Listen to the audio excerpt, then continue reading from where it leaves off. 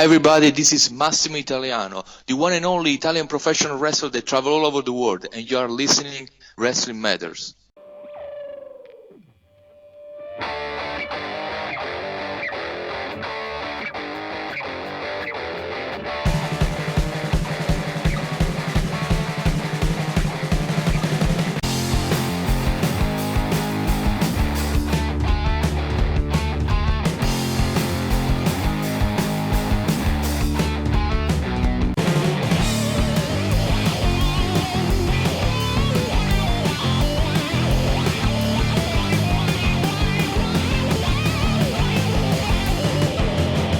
What's up, wrestling fans? It's your boy, the H, the E to the A to the D, the host of the Wrestling Matters podcast, here to bring you another episode.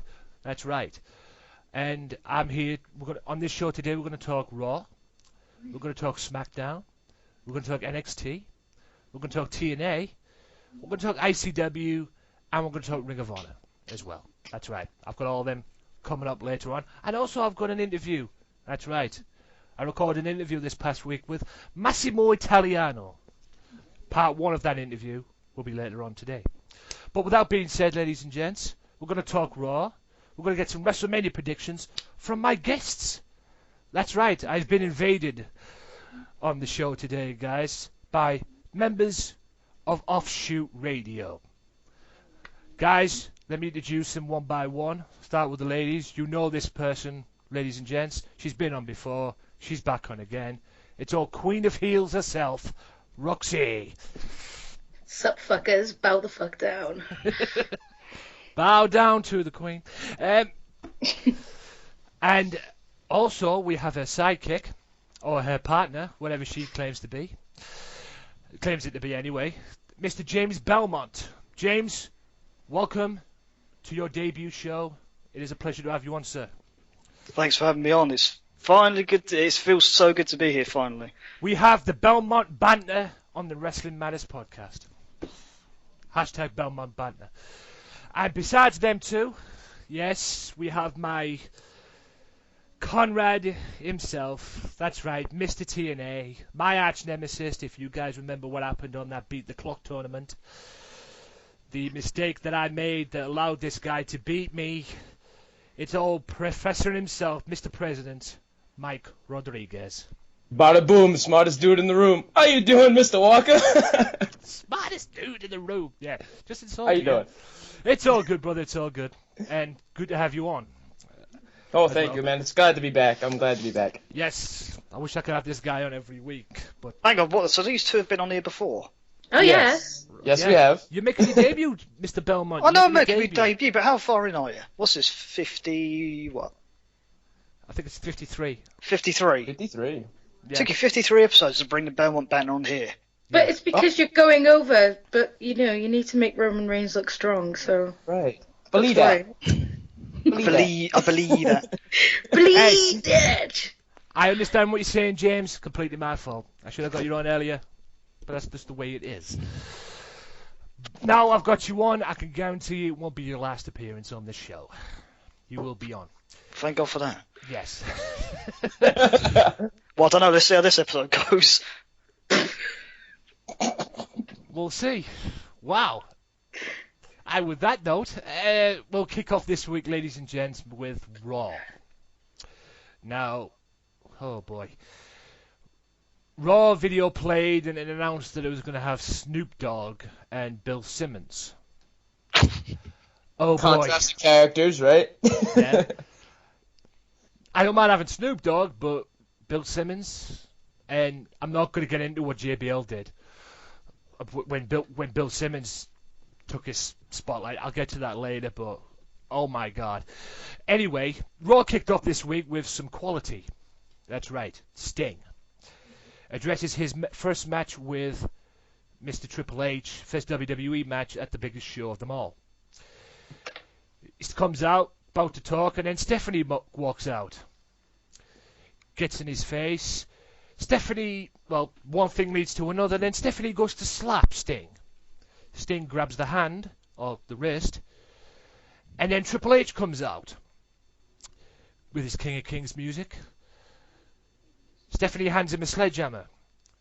The minute Triple H walks into the ring, Sting pulls out the bat, and then Triple H backs off.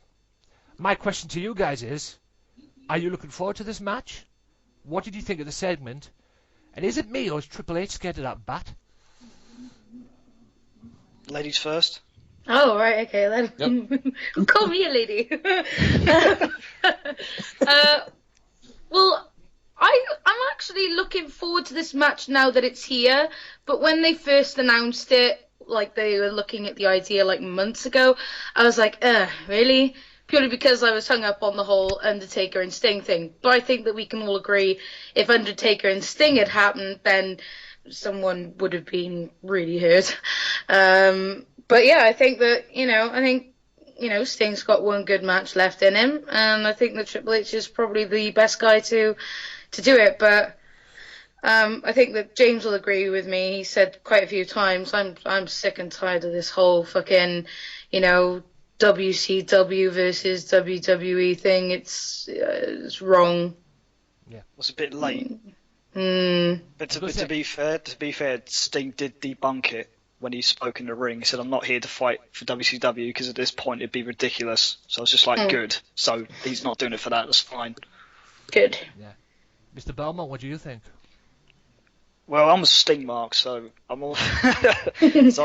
To be honest, I'm looking at this match. It's been built up so much better than the main event. They should actually switch the matches around. This should be the main event of WrestleMania.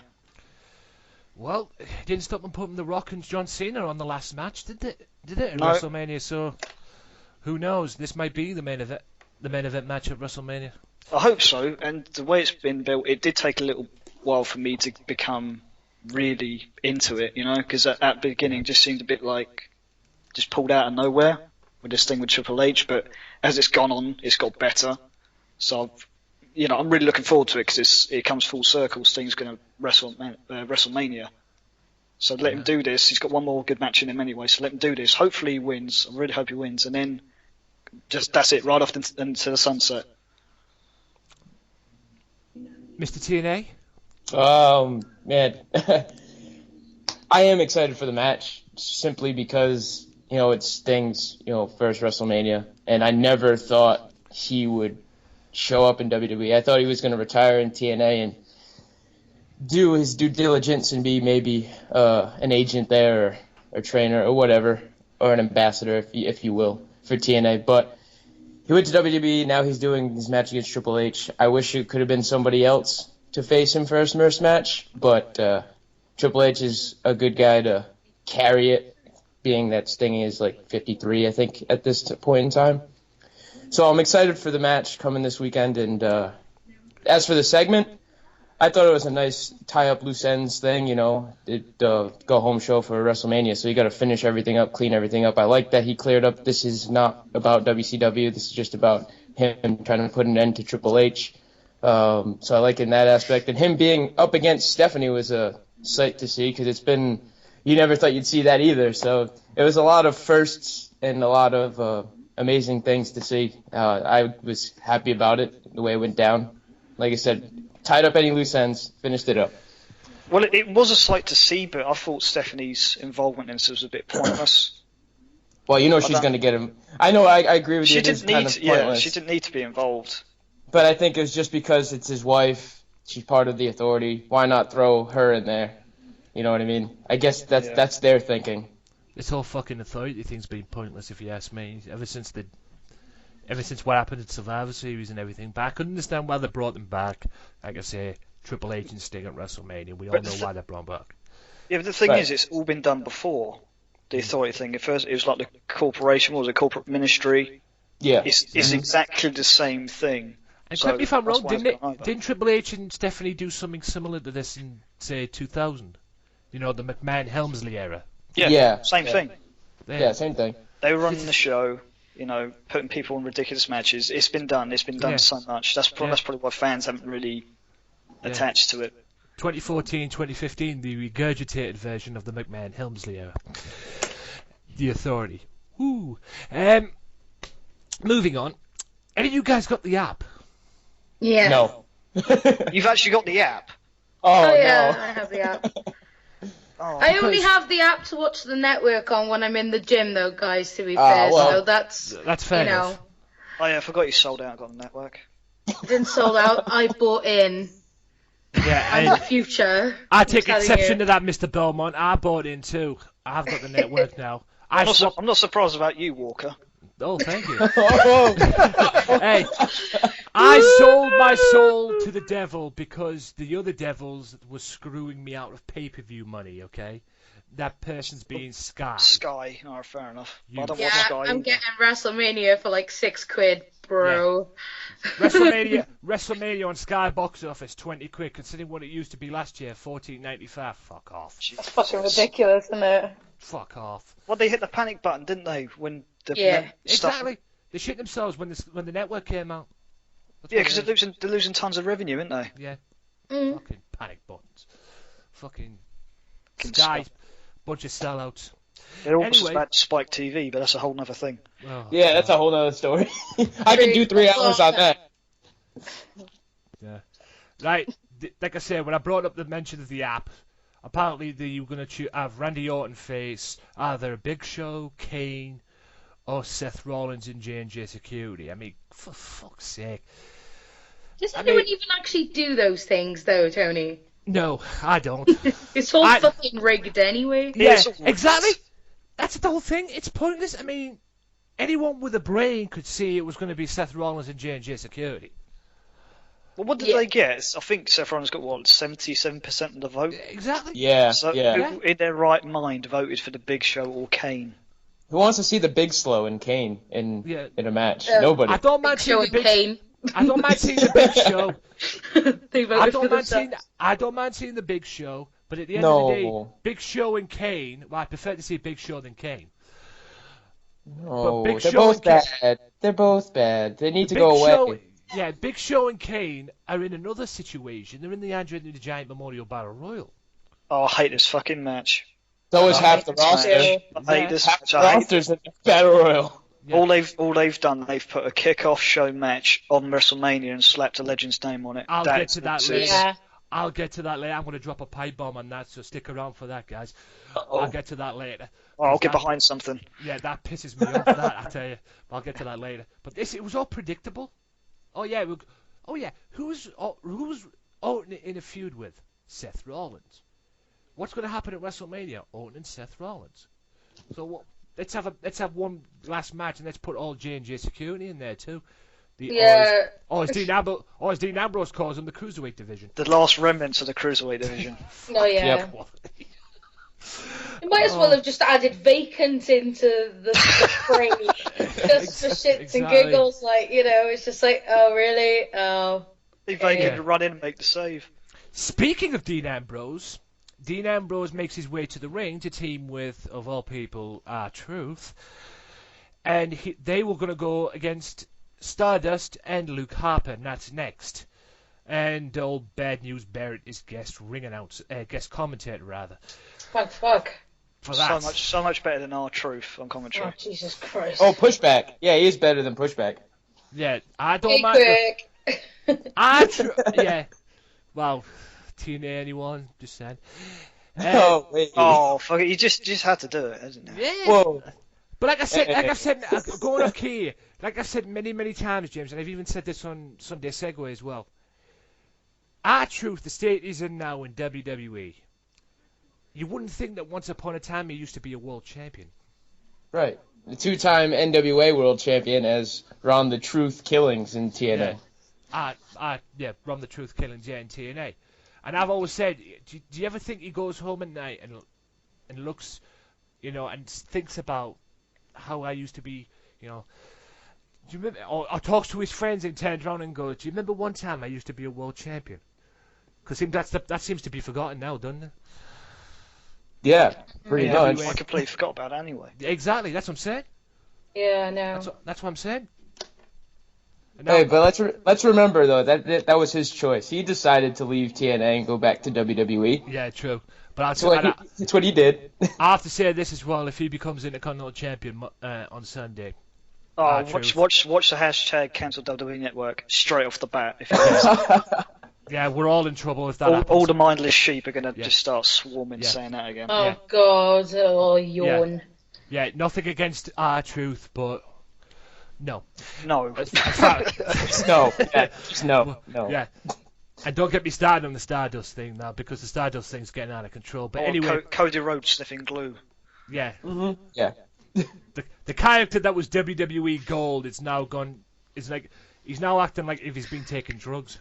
Yeah, I just love want the how dashing one back. Yeah, I want the dashing one back. I love how they've just. To be thrown honest with you, Stardust. considering the way this is now, I think I'm missing the dashing one now. I think I'm Well, he starting to actually, miss the had a dashing. good character, and he was the last credible IC champion. But it's the dashing Cody Rhodes thing for me was like more. It was like watching Lex Luger back in the day. But it was nice because he actually had some sort of character.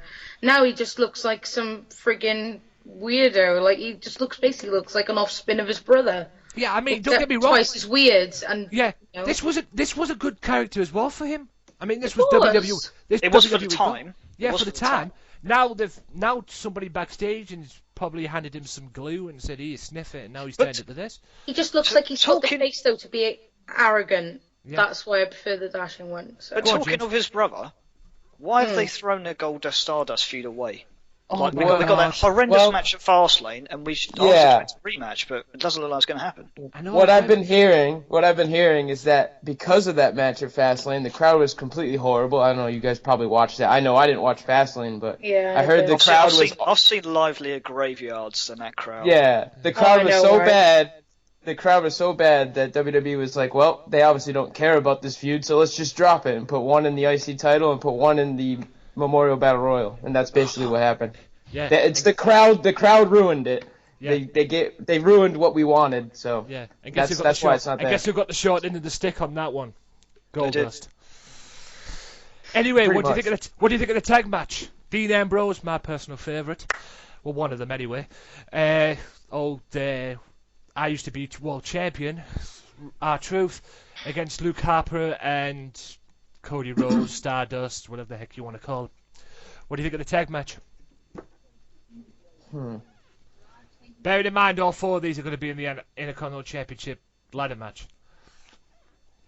What do we think of the match itself? Yeah, what do you think of the match itself? The tag match?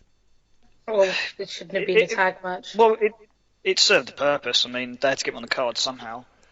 Like one last match before the actual ladder match scramble, so Yeah, it was alright. It was okay. That's what I'm saying. I mean, that's what I was thinking as well. Just it was just basically a way to promote the match at WrestleMania, wasn't it, for me? Pretty much. Barrett on commentary was gold as well, because they're arguing about the odds on Paddy Power. That was kind of funny. Yeah, I remember that. I forgot about that until you brought it up there. Yeah, Paddy Power thing. That was just quality. I'll tell you what though, you couldn't tell the odds on R-Truth getting the pinfall, could you? No, I forgot he even had a finishing move. that would be 100-1. That would probably been the odds. 100-1. No. bad booking 101, having Do you know- R-Truth get the win. Do you know what the funny thing is? Now he's got the momentum going into Mania into that match. That's what I'm saying. Yeah, That's why it's yeah. bad booking. Yeah. It's terrible. Oh yeah. I mean, According to technically the speaking, Ambrose should be winning it. Russo's in the back Right. going, swerve! yeah, Right. Swerve. yeah. According to this website that I'm reading to get the Raw results off, apparently the match got 3 out of 4. What? Probably just because of Ambrose and Bryan working together. That's Yeah, it's about 'cause- it. Who the hell rated that? Vince McMahon. It must have done. Probably. Kevin Dunn too probably added another one. Yeah, it was yeah, old Bucky Beaver himself. No, I've said this many times on this show, but God bless you, Jim Cornette. You fucking funny motherfucker, I tell you, God almighty. Bucky Beaver teeth. Oh, God, I can listen to Jim Cornette all day. And if he comes on this show and I do an interview with him, I'm retiring. That's it. Well, I'll that'll be the pinnacle for you. Exactly. I would have hit jackpot there. Seriously, I could do a whole podcast on Jim Cornette as far just have him do like a 3-hour interview and just say that's the podcast. He does the best shoot interviews. I've got one of his shoot interviews that he did. Is it Breaking Kayfabe? Oh yeah, I want to see that one. I've got it. Have you got that? Is it good? Yeah, it somehow ended up on YouTube, and I ended up downloading it. So Oh, somehow. right place at right time. All right, I'll be on YouTube later on. Yeah, I don't know if it's on there now, like it got taken down, but I can send you it. I could send you it, you know. Oh. I'll see if I can send you it, and that is because it is just quality. Promoting Brock Lesnar and Roman Reigns is face to face later on in the evening. Renee Young is backstage with representatives of the Special Olympics. What the fuck? I mean, welcome to a Raw show. Welcome to a wrestling show, by the way. Like we care about that. Miz and Mizdow make their way to the ring. Mizdow gets a tremendous reception as Miz doesn't get jack shit. Miz and Mizdow talking with Will Ferrell and Kevin Hart. Miz talks about stunt doubles ruining things and tries to get under the skin of Mr. Mizdow. And it just got out of hand. Basically, that was just a pointless. I fast forwarded through this, to be honest. Exactly. I actually liked it. I mean, speaking as Mike Dow, yes, I did enjoy it. You know, Will Ferrell's funny, you know, Kevin Hart's funny, and then him asking him to get the water. I thought it was funny. It was good. That's I liked the end it. of the podcast, ladies and gentlemen. Good night. Mike Dow, fucking hell. Anyway, next match involved Miz and Mizdow, actually. Because it was Miz and Mizdow teaming up with the Road Warrior wannabes, the Ascension. Who? Yeah, who? Yeah. They're still employed? Exactly. Former NXT champions, and now look where they are. Unfortunately, yeah. Against a guy who... And they were also with a certain Adam Rose. Mr. I don't know whether I'm heel or babyface. Because one week I'm babyface, the next minute I'm heel. Oh, man. And they go against Ryback, Eric Rowan, Primetime Players, the reunited Primetime Players, and oh my God, is he still around? Zack Ryder. And I missed Zack Ryder. You could just hear like the tumbleweed man. just rustling across the room as soon as you said Zack Ryder. Yeah. Zack Ryder, woohoo! Poor kid, man. Poor kid. I don't know know. why he's still there. He needs to go somewhere else because he's actually got some talent. Yeah, go back to the Indies. Just go to Ring of Honor or something. Go TNA, Ring of Honor. TNA, Ring of Honor. Go left wing. Go Japan. You know. Yeah, if Japan can work for AJ Styles, man, jeez, you can get over in that, man. Can't stand AJ Styles. I think he's phenomenal, but that's another issue for another day. Anyway, but this match was kind of overshadowed for me because, like I said, all these men, again, a pointless way to promote the Andrew the Giant Memorial Battle Royal. This match was just a normal 10-man tag, like I said, to promote the Andrew the Giant Memorial Battle Royal. But this was overshadowed for me by Bill Simmons being at the commentators table. And not because Bill Simmons was at the commentators table. Because although this guy is a legend and he's a bona fide Hall of Fame, as a commentator, he sucks. And I'm talking about JBL. This guy he used to be brilliant. Sorry to jump in. No. He used to be amazing. He used to be amazing. I agree. He used to be amazing on commentating. I mean, back in, say, 2006 on Smackdown when he was with Cole. Yeah, and he just didn't care back then. Exactly. But now he comes on Bill Simmons, and it showed him and Bill Simmons arguing on Twitter. Basically, he said that JBL said that he had a clothesline from hell, one more left in him, and he was going to save it for Bill Simmons and everything, and arguing back and forth and everything. The minute Simmons hits the commentators table, JBL starts kissing his ass. Exactly. If you're going to be like a heel commentator, at least follow through. I'm like, oh my God, my fucking brain. Yeah, I missed that whole thing now because when he got to the announce table, I'm just like, why have these two got? I turned it off at that point. I didn't understand. That's when my brain just went. That's when my brain exploded. That day, I was like, I'm done. I'm done with JBL as a commentator. I'm done with the whole commentating team. Well, apart from Booker T, I just love Booker T. Yeah, I can live with Booker T. I prefer Jerry Lawler to be back on Raw. Booker T and SmackDown. Well, I'm not used to seeing Jerry Lawler on SmackDown. I was back in the day, but I'm not used to seeing him. He's always been on Raw. Could you imagine Booker T and like Renee Young on commentary? Oh God, no. I don't know. Am I in the minority that I'm the only one that doesn't like Booker T's commentary? Am I the only one? I don't think it's a He's not the worst minority. commentator, Mike. He's not the worst commentator. To me, he is. To me, he's the epitome of the worst. I mean, JBL is probably right ahead of him, but to me, it's Booker is just not good. What you saying? You saying Booker T's worse than Michael Cole? No, him Mitchell and Michael Cole are like right next to each other as they're tied for me as the worst commentators I've ever heard, ever. We need a wrestler now. I mean, Roxy just said it there. We need a wrestler now just to try and humiliate Cole like Chris Jericho used to do back in the day. Yeah, she's right. That'd be cool. Mitchell Cole and everything, all that kind of thing. Just somebody just to, stick a rocket, if that's even possible, to stick a rocket up Cole, because, Jesus Christ. The commentating team nowadays, I mean, who's Byron Saxton? I actually like him. He's some random dude that went to WWE house shows over here as the announcer. Yeah. So I don't know how he's made his way. Matthews. No, he's on TNA rocking it out there. Yep. Josh Matthews, though. Yeah. I mean, Byron Saxton, is he Jonathan Coachman 2.0? Oh God, Fine with me. Coachman's more entertaining on commentary. I'll admit that. I mean, out of Byron Saxton and Jonathan Coachman, I prefer Coach, no doubt. But he got out and went away ESPN. Coach. Yeah. I mean, I just don't like Maybe Byron they Saxton. should use some of the underutilized wrestlers as commentators. But who do you use? Because you need someone that's got something about them. Yeah. Yeah, you need someone who's got charisma. Yeah. Yeah. You've got a roster full of guys, Yeah. Who would be the perfect... All right. Since we're on to this right now, we'll do this. By the way, Ryback, Eric Rowan, and Zack Ryder and Primetime Players ended up winning the match. But I don't think anyone cared.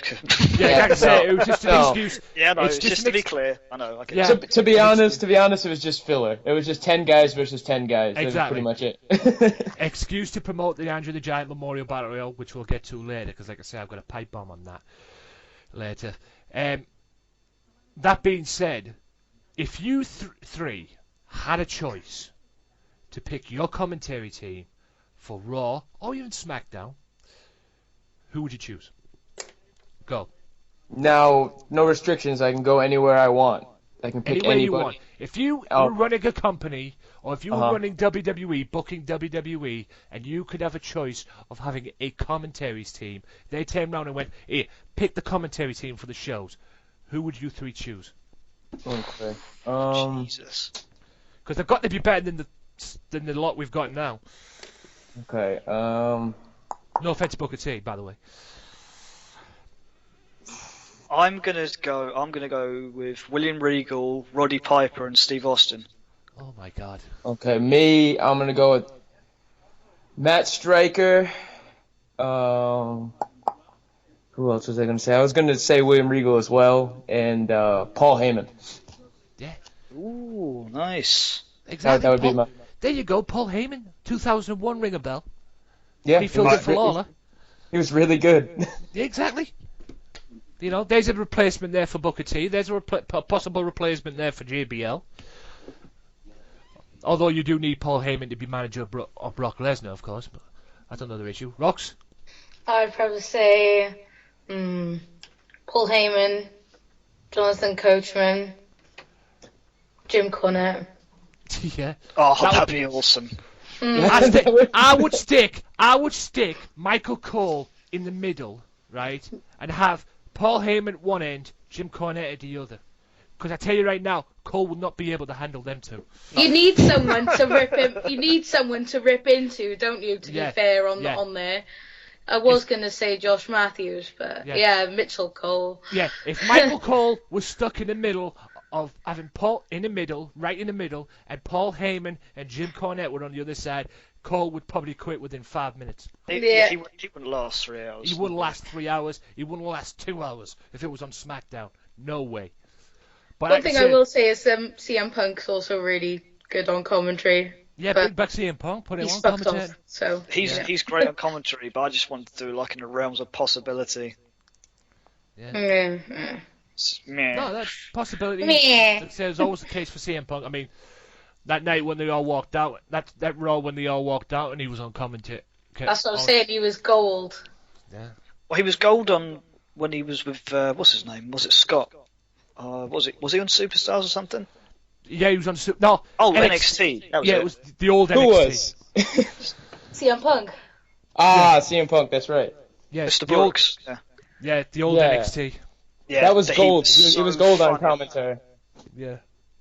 I think Josh Matthews was on there as well. That NXT. Yeah. Well, back in that Back NXT. in the day. Yeah. Yeah. Before Triple H got hold of it. Thank you, Triple H, by the way. Because before long, NXT wasn't going anywhere. No, he's put the future in very good stead compared As to I what said, it was the future's in good. There's one thing about the WWE's for sure: the future's in good hands. Well, it will be once Vince goes. Yeah. Yeah, because at the moment there's Absolutely. like a black hole between the transitionary phase of NXT superstars becoming WWE superstars. It's like, they're going in as like, I don't know, Skeletor coming out as Barney the dinosaur. Like what the fuck? Wow. Right. A lot of happenings. I'm just seeing what was the match. Right back there. A lot of mumbo jumbo. And then after the break, Randy Orton makes his way to the ring. Booker T announces the results of the WWE app poll of who was going to face Orton. And what do you know? Like we all expected before the thing even began, Seth Rollins and J&J Security ended up winning. And Mr. Belmont, you called it right. 77% 77%. Yeah. of the winning votes. Oh, what? Big Show didn't win? I just want to know. I just want to know why 23% apparently voted for the other two. Like, Yeah. what planet are you on? Yeah. Poor exactly. Concessions Kane. Concessions Kane never had a chance. Yeah. Shame. Yeah. Concessions Kane, Corporate Kane, Director of. Candy Cane. I don't know. Yeah. Oh, Susan man. Kane. I look at Kane now and I think, Walking what have Cane. you become? What have you become? Bring back the monster, please. Well, all he's got to do is put a mask on and he turns Exactly. into it. It's just all messed up. I hate it. That sounds like, I was gonna say. Yeah. I was gonna say it's all messed up now, and you just made that sound like a bad superhero. Yeah, I'm Corporate Kane. Put a mask on. I'm a monster. Run to the Yeah, phone box. I know, Run to right? the phone box, spins around, he comes out with a cane with a mask on. Or the Incredible Kane instead of the Incredible Hulk. To the cane Harry mobile. Kane. Yeah, that's what's basically turned into now with Kane, because I don't think you're gonna get the magic back of the monster. But anyway, what do you think of the somewhat handicap match? I thought it was predictable myself. I thought it was booked brilliantly, to be honest with you. Kept Rollins away from Orton before Sunday, and J&J got smacked around a little bit. I didn't have a problem with this, to be honest. I was going to say that it'd be best off just taking Seth Rollins out of the match and just putting J&J Security in there. To me. Well, they just brought him out just for the... Is Rollins going to get him again? Is Orton going to get him again? Yeah. And he didn't, because of J&J. He'll Well, yeah. probably get him in Mania, but Well, he will at Mania, but it's just like it's to yeah. build intrigue. Like, what is Orton going to do to him once he gets his hands on him again? So that's what it was. It was booked good because I didn't want him to get involved in the match anyway. Rollins, I thought this was a good idea. Yep, it's very true. Rodriguez. Oh Roxy? man, to me, it went as I expected. Use J&J Security as the punching bag, keep Rollins away. Save it for Mania. That's what I expected. Textbook stuff. Rox. Yeah, I mean, I like the fact that it's been a slow burner, the feud. It's good. I believe, though, it's going to probably end in a no contest when it gets to Mania or something like that. But, yeah, I like the fact that, Rollins is being protected, and I like the whole thing that's going along with it right now. Yeah. Yeah. Like I say, it was a bit of a predictable match, but I agree with Belmont in a way of booking. Yeah, As it well. was predictable, but it was handled correctly, so It was handled- I can't complain. Yeah, I can't complain either No, with it. it's a good way to do it. Yeah. Orton stays, Rollins down, and one thing leads to another WrestleMania. Now, I love this here. The site that I'm on here, it hits the nail on the head for this here. The announcers make hard sell of the WWE Network. Hard sell for the WWE Network. They do it every week. You know, a pre-taped promo is shown of John Cena with Michael Cole. That was on the WWE.com. The interview that he did, talking about his upcoming match with Rusev. Speaking of Rusev, he goes one-on-one with Jack Swagger later on tonight. Oh, God. Jesus. Talk about replay. Yeah, Replay. for the 50th time, he's going to run through Swagger, but we'll get there. And we'll get him due course. No, 100% correct. Paige is backstage doing a makeup, preparing for a tag match with Nikki Bella for the Divas title. Again, predictable match, but then again, this is the Divas division. Everything seems to be predictable in the Divas division, and that match was up next.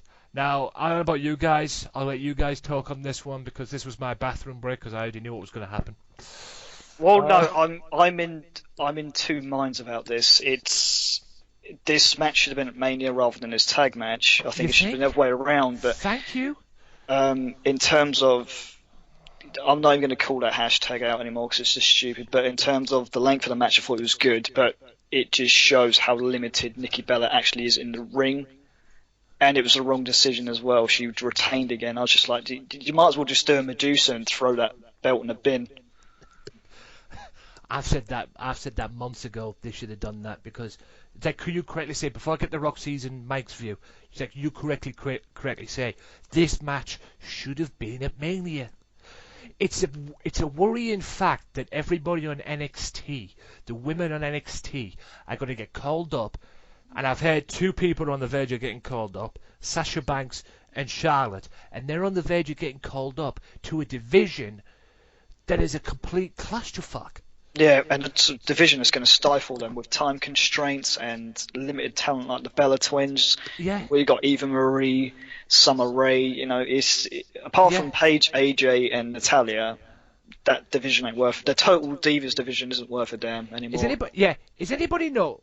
Yeah, is anybody aware that last year, in all its existence, last year the Divas title, that was the first time it was defended at WrestleMania.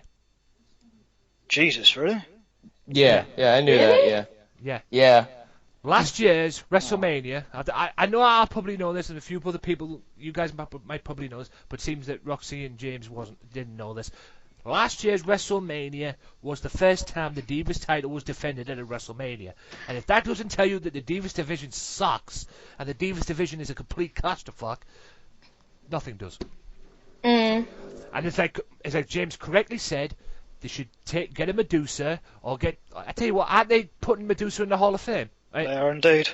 Bring Medusa to the Hall of Fame, give her the Divas title, say, put that in the bin.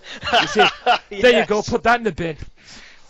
I've been saying for ages. Go on, that I've been saying for ages. I remember when Paige first came up to the roster, I said Paige needs to get a can of black spray paint and put an X through the Divas title.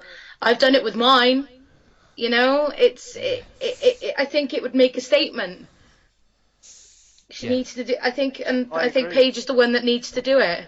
But again, it's that NXT main roster divide where in NXT she was the anti-diva against everything that this Total Divas division it stands for, but now she's just been merged into it. It's just exactly. crap. I mean, I hate the fact that the one thing that pisses me off is that I love a heel and I support women's wrestling.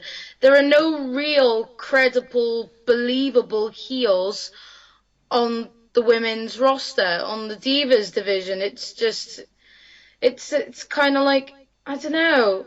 There's no one believable. There's no one badass enough to do it. And it's upsetting. It is. It really is upsetting. To be fair, I think that with NXT, I think they're just going to do, not brand separation, but, something like that. I think they're going to leave it its own product. I mean, they've seen the reception that the Ascensions had when they've come up.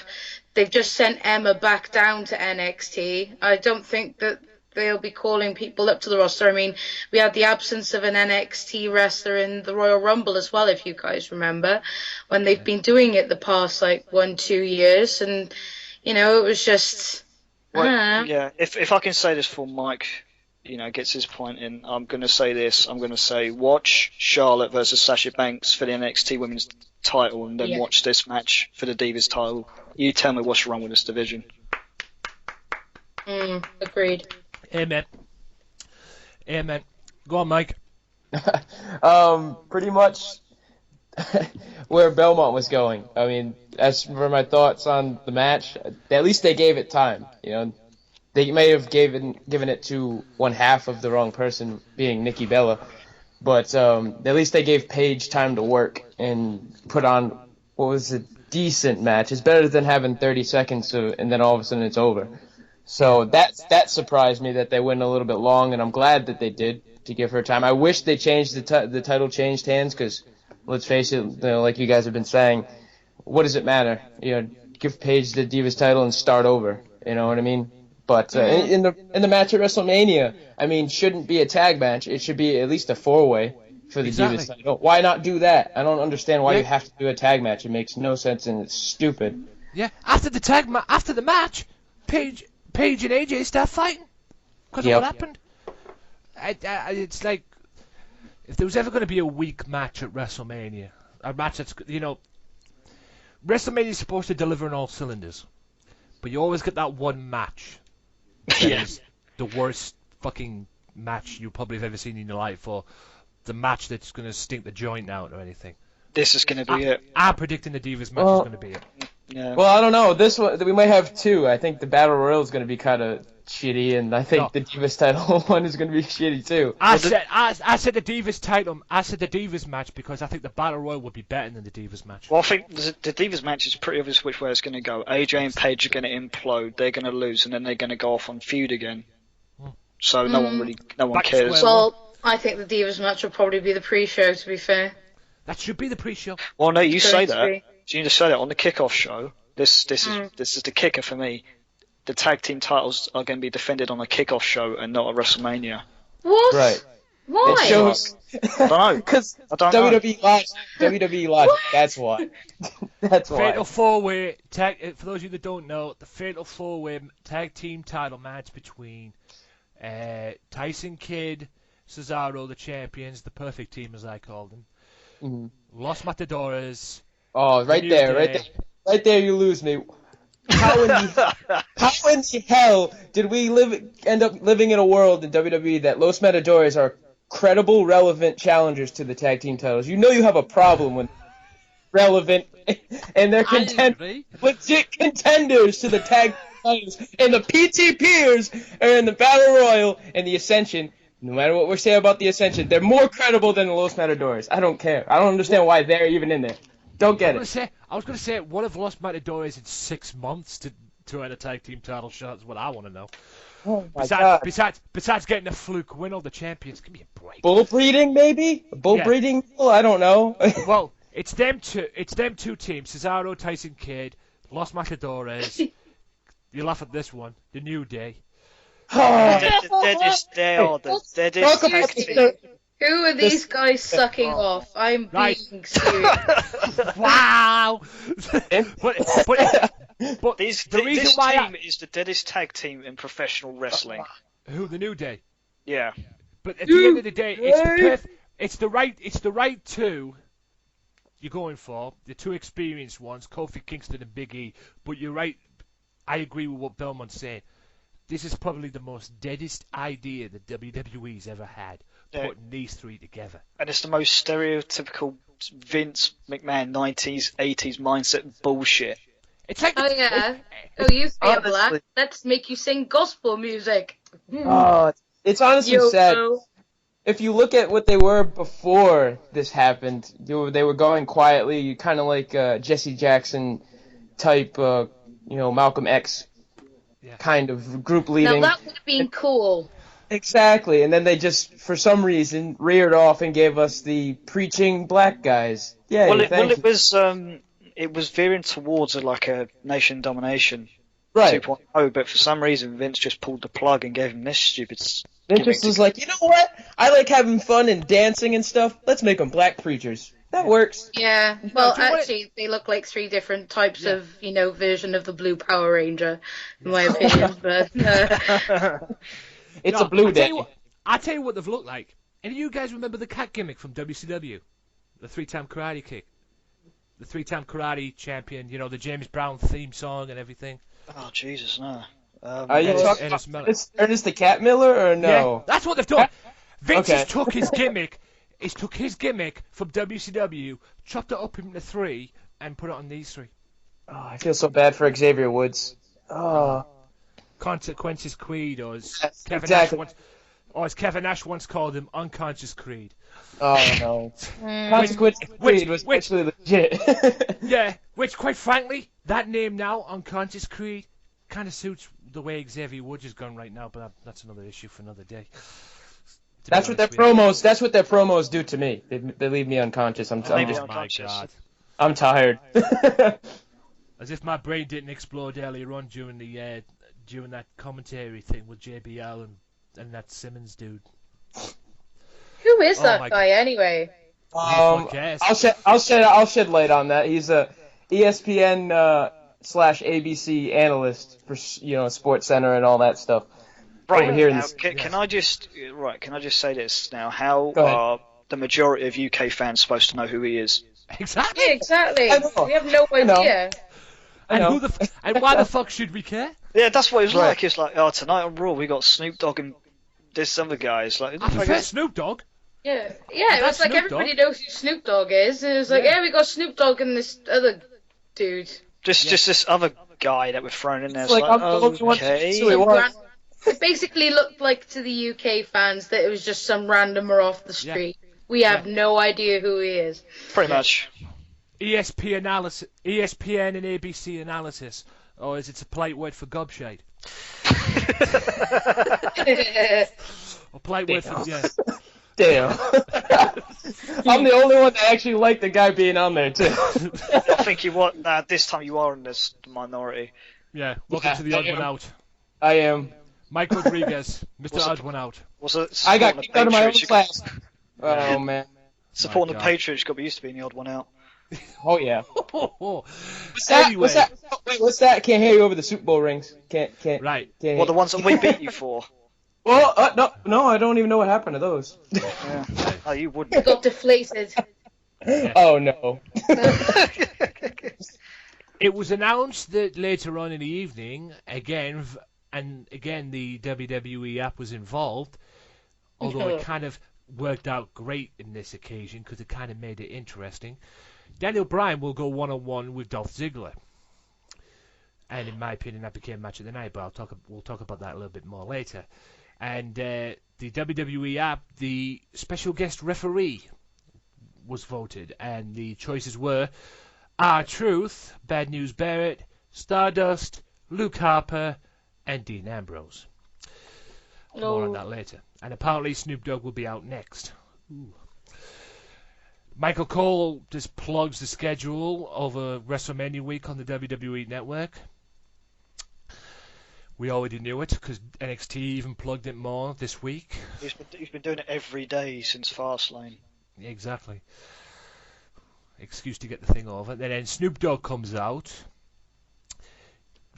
hangs out and everything, and introduces Snoop Dogg, and Snoop Dogg comes out and does what Snoop Dogg does, and gets interrupted though by Curtis Axel. Axelmania's running wild. And Axelmania comes walking out, and then Snoop Dogg says Axel is clowning off Twitter, and Snoop Dogg came into a situation where there's only one Mania he knows, points to the entrance ramp, and the real Mania comes out, Hulkamania. Company Killer Mania is running wild. That's right. Yeah, Hulkamania comes down, and Curtis Axel tries to be Hulk Hogan, but he goes and does his point figures you, and he goes, "What's he gonna do with Axelmania?" Hogan just clobbers him and then Snoop Dogg throws him out the ring, and then Snoop Dogg rips his gear off, reveals a Hulkamania shirt or Snoop Mania shirt, whatever the heck it was, red and yellow shirt nonetheless, and then all that comes in. I have to say one thing about this, and I'm going to ask this question right now. Do you think that Curtis Axel should just leave WWE or be sent back to NXT? Because it seems that WWE don't have a clue what to do with him. Well, at the moment, he's actually got something that's getting over. So no, they shouldn't get getting over with me. It's not getting over with you, but I mean, well, compared to what he was doing before. Over with me. I love it. I hope he wins the Battle Royal. I think he's doing better now than what he did underneath Paul Heyman. Because he had the title. Because he's actually got a character now. Yeah, exactly. He's got some sort of... Yeah. He's entertaining to watch. So, you know, if they got nothing from the main roster, put him to NXT. Why not? Yeah. Because I thought he was good as Intercontinental Champion. I mean, I don't know what Mike thinks of this, but... As pertains to what? Him as Intercontinental Champion or this whole Axelmania stuff? Well, the Axelmania stuff, yeah, but did you also think he was a good Intercontinental Champion? Because I did. I mean, that's my issue. I liked where they were going with him as Intercontinental Champion with Heyman as his mouthpiece and all that stuff. They just booked it wrong. They did the DQ wins over Triple H, and then a count-out victory over John Cena, and then a DQ against Chris Jericho. That was booked shitty. But on to the Axelmania stuff. I mean, I like it. It's good. The whole gimmick where he's still in the Royal Rumble or whatever and all that works. It's just I just hate how some. Yeah, it's good fun, and I just hate how someone comes out, he's having fun, he's doing what he's supposed to do, getting his character over, and the freaking old man Rivers doesn't want to leave. Hulk Hogan comes out and he ruins it for the poor kid. It's like, what are you doing? Leave him alone. It's like anybody that has any type of shine on him, Hulk Hogan's got to come and steal it away. They could have had the face off, but he didn't need to get clobbered and thrown out the ring by fucking Snoop Dogg. Right, it just kills all credibility that the poor kid's been working up since Royal Rumble. You're not going to get me to say a bad word about Hulk Hogan because that guy is the whole reason I'm watching wrestling, probably the whole reason I'm doing podcasting. Really? Hey, you know what? But you know what? He would have taken away the one thing that I watched, and that was TNA Wrestling. He almost nearly killed that damn thing. And he already killed WCW, so you know what? I don't care. I hate him. He killed WCW, went to WWE when he wasn't allowed to be champion anymore. He went to TNA. Took his daughter with him, sucked out all the money, and then left that company for dead. Yeah. Right. Yeah. Jesus Christ. Yeah. So I don't respect a man like that. I don't respect a man like that. I don't care what he's done for this business. I don't respect a guy like that. Hhulk Hogan is the whole reason I watch wrestling. Arguable point that he might be the whole reason I'm doing podcasting, but that's a different story to the others because there's a lot of people out there are the reason that I'm doing podcasting. Sunday Sacred being one of them. And I've made that crystal clear. Well, Kenny give me the tools to get mine going, so... Exactly. Big respects to Kenny as well. Like I say, he paved the way for me. He helped me out as well, give me his advice. Like I said, Kenny's a smart dude. No doubt. And he's proven that over the couple of weeks as well, considering other things. But anyway... Absolutely. Damn straight. But like I said, Hulk Hogan... The thing that scares me about Hulk Hogan... is the fact that he wants one more match. Oh, for fuck's sake. Exactly. How many one more matches is he going to have? No one wants to see that old bastard cripple around the ring. Who is he? Fucking Christian? I mean... He doesn't want to go out being remembered for the last match he had was in TNA against Sting in a street fight. Fuck him. That was his own fault because he forced that match. Right, fuck him. He wanted it. He wanted it. Fuck. Do you want to know? I think Mike knows who I'm talking about here, but Belmont, do you want to know who his possible opponent is? If you say The Undertaker, I'm just going to leave. John Cena. Yeah. Roxy's right. He wants John Cena. Wow. Really? See, I'm telling you, it's going to be a never-ending Iron Man match. No one's going to put anyone over. Yeah, and no one's going to put anyone over.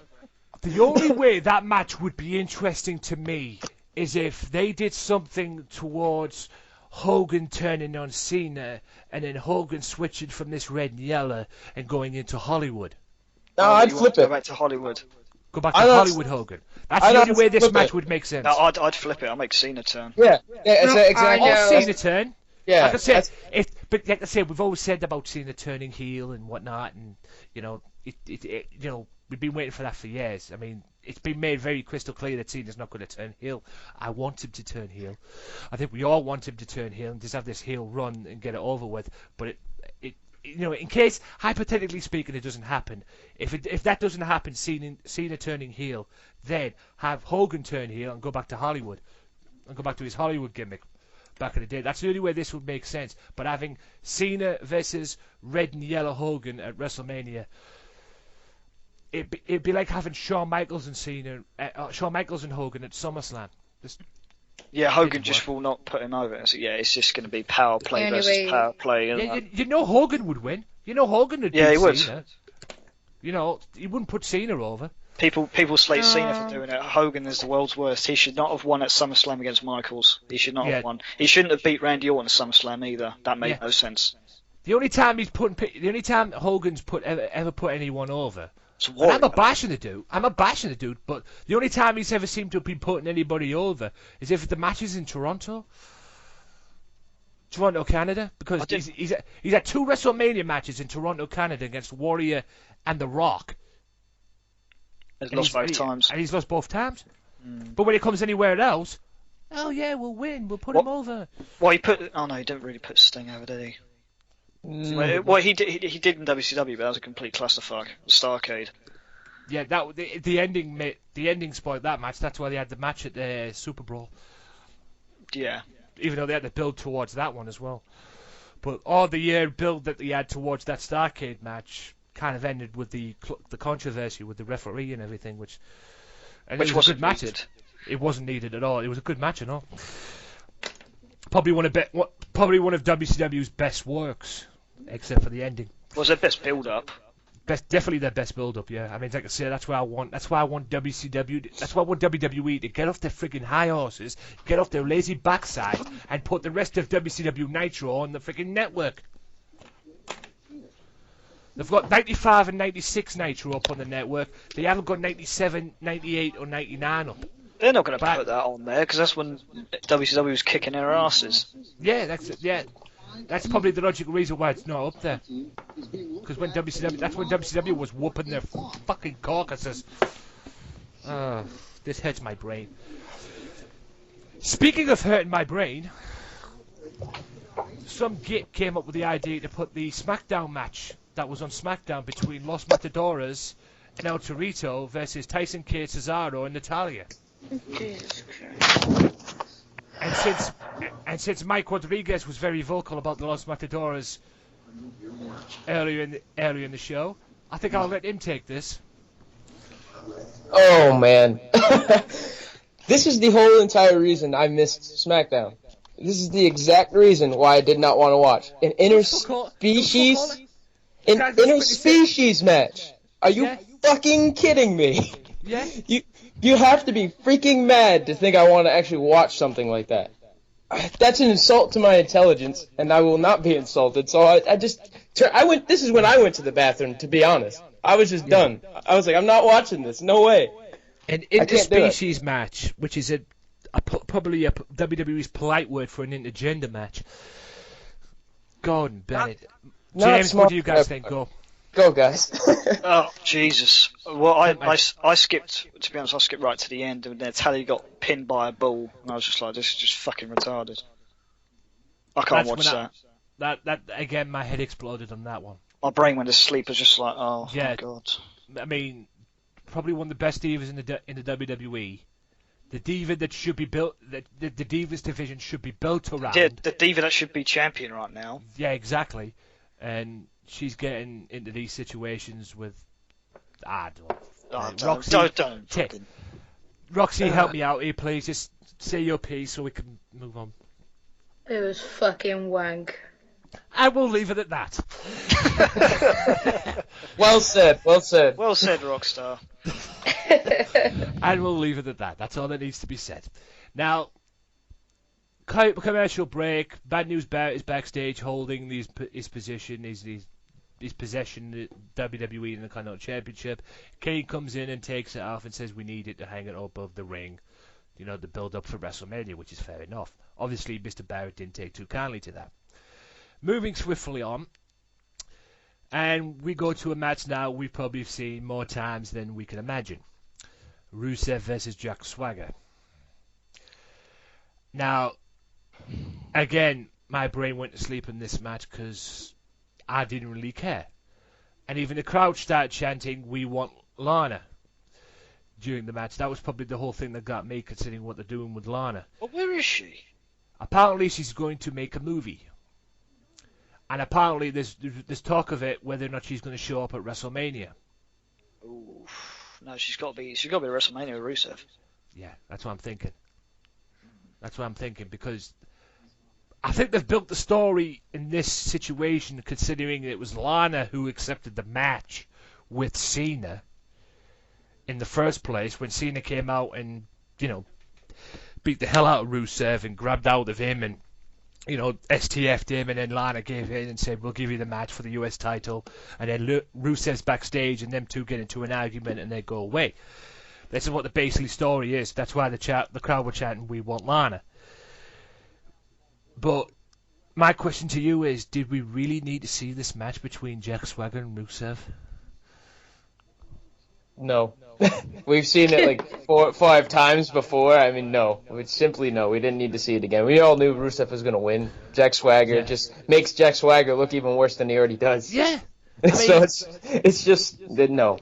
Yeah, I mean, Jack Swagger, I could understand it was an American versus a Russian or a fake Russian or whatever the heck you want to call it. Trying to build into WrestleMania with the Cena stuff. But we've seen this match. You could have went and picked somebody else. Hell, you could have even brought Sergeant Slaughter out from retirement for one match and put him in there. And I didn't want to see Rusev versus Jack Swagger. Oh my God. Well, who did? Belmont. Help me out here. Say your piece, and you as well, Roxy. Belmont first.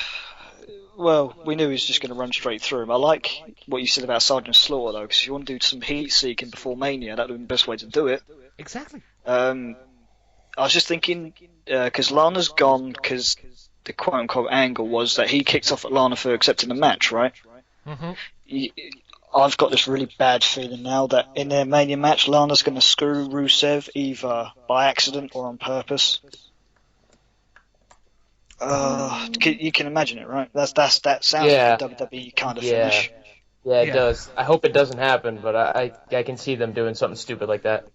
Yeah. Rockstar. Rockstar. I don't know. I just think that I think that Lana and Rusev work. I don't think Rusev would work without Lana, if I'm going to be 100% honest. Yeah. Yeah, I agree, man. It feels weird. It feels weird without her actually there. She brings something to him, so. Yeah. And it's nice to have a female manager again. Right. Yeah. If you guys want to see a good promotion video, have you ever seen the Rocky theme video to this? I saw it on there. I believe it was Facebook. I got shown a video on Facebook about, WWE don't know how to promote a match, and clearly they don't. And I watched this video. It was Rusev. It was a built Rusev and Cena match for the match at WrestleMania, and it had Rocky IV's theme, "Hearts on Fire." That's genius. Do you know what? I'll send you the video on Twitter. I'll send you the link. I'll send you the video and show you the videos later. All three. I'll send you on link, and you can see for yourself. Please do. Because it's even I'll admit right now, like I say, WWE don't know how to promote a video. Well, but this video is fucking gold. I will say, in terms of them promoting matches, they can do it, but they're very hit and miss because Bray Wyatt has built up a match on his own. Right. Because they've left him to do it, so it's it's a bit hit and miss. Speaking of Bray Wyatt, that little thing is coming up next, and what do you think of the build-up between Bray Wyatt and The Undertaker at WrestleMania? Rox is the Undertaker specialist. I mean, she's going to be most into this match. Rock? I genuinely I think that it's going to be a good match. I like the way that it's been built. I like the way that they've kept us waiting for the Undertaker. Because to be fair, when the Undertaker came back last year, they just I don't know. They were like, oh yeah, tonight it's going to be on, and it's just like, I don't want to know. I want to wait and see if he's going to turn up. Like, don't tell me he's coming. Holy shit, And Yeah. I mean, as I said before, going back to this thing and the Triple H match, I'm glad that it wasn't Undertaker Sting. I think that it's a nice way for the Undertaker to pass the torch. Do you think that the Undertaker is capable? Before I get to your He won't opinions, win. guys. Before I get to the other two's opinions, right? Do you think the Undertaker is capable of having this match? Because the last time the Undertaker was in the ring, he ended up getting a concussion from Brock Lesnar. He looks in great shape, Tony. I can't lie. Right. I've seen the pictures myself. I'm not gonna lie, he looks in good nick. But that's my worry for the Undertaker, whether or not you can have him. Is he capable of having this match with Bray? Boys, help me out here. What's your opinions? Mike, you can go first, man. All right. As to what the whole entire thing, there's a feud or the match going ahead.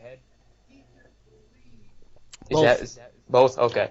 As far as the build-up, I must commend Bray Wyatt for basically building the entire thing as a one-man show, basically. Since The Undertaker can't be there, they want to keep it a surprise until Mania, which, again, smart business. I mean, the guy's 50-something years old, so it's good to save him until then, so I applaud Bray for building it up as much as he has. As for the match, I think Taker will hold up pretty well. I mean, he still can go, and Bray's a young enough guy and a good enough worker to help Undertaker, take some of the load off, because Bray's no spring chicken. He's been there for a while. So as far as that goes, I think the match will be all right, because as long as Bray wins and becomes the new face of fear, as he's been toting, and passes the torch to him so he can become that new face of fear, I'll be okay with this. Other than that, I think this should be good. James? I agree. I was just thinking that Bray Wyatt has basically made a Mania match out of nothing, and I've got to commend him for that, because even Jake the Snake said he's really, really good, so he got a seal of approval from a legend right there.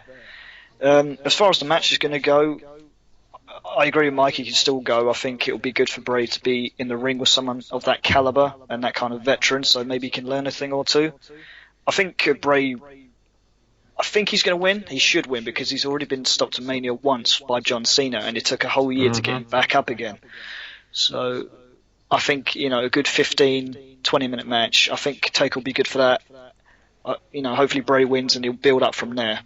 Because he can't go on an undefeated streak now, because Cena's already fucked that up. Mm-hmm. Yeah. And the Undertaker can't go on to an undefeated streak because Brock Lesnar fucked that up. Well, he broke. Yeah, well, Taker really messed up last time. I wasn't sure if he could be back this year. Yeah, I wasn't really sure if he was going to be back either, so. No, because he got really badly messed up. No, that's what happens when you work with a stiff guy like Brock. But during this whole feud, I understand what you guys are saying, because, to be honest, I agree Bray Wyatt has built this himself. And he's done a damn good job of it too. But do you think that he should have had some matches during this build-up as well? How so? What, to get his point across that he's no face of terror? Yeah, just to get his point across, and have, say, a few people, like a couple of wrestlers, like I don't know who they could have had. Hell, throw in R-Truth for one, to job out, to job out and everything, and then. I don't think it would have helped him get his point across, because he's already beaten top stars this year already, and late last year. So I don't think it would have really mattered either way. And going back to what you said about Jake the Snake Roberts giving him his seal of approval, I heard on the grapevine that he's been working with Jake on promos, and it shows. Yeah, and it wouldn't surprise me. I mean, to add a little bit more mystique, as Jake the Snake Roberts was known for, so. Hey, Jake the Snake Roberts, one of the best talkers in the history of the business, boy. Absolutely. And why not go to Bray, who's pretty good himself, and elevate his game just a little bit more? Yeah. I mean, he's one of. I mean, if I could pick a top, if I could pick a top 5 of the best talkers in this business, Jake the Snake would probably be number 1. Moving on. See, for me, it'd probably be Roddy Piper, but Yeah, he'd be in my top 5 or my top 10. He'd definitely be in my top 5. Like I said, it's a bloody hard top 5. Damn right, it's freaking not top 5, man. Jeez. I mean, all the people you could pick Piper, you could pick Punk, you could even Austin, Rock, Raven. Raven, Foley, Raven, Mick Foley. Raven's a genius. Yeah, Mick Foley. Can't forget Foley. You could pick. There's a lot of people you could pick. Yeah. I hope WWE.com does that. Top 10 best talkers. You'd have a nightmare with that, guys. I can tell you that for nothing. Oh man. Put all these people together to be like, what the fuck, Because there's a case for there's a lot of good talkers in this business, and there'll be a hell of a lot. I mean, like I said, they'll probably be there 3 days working that out.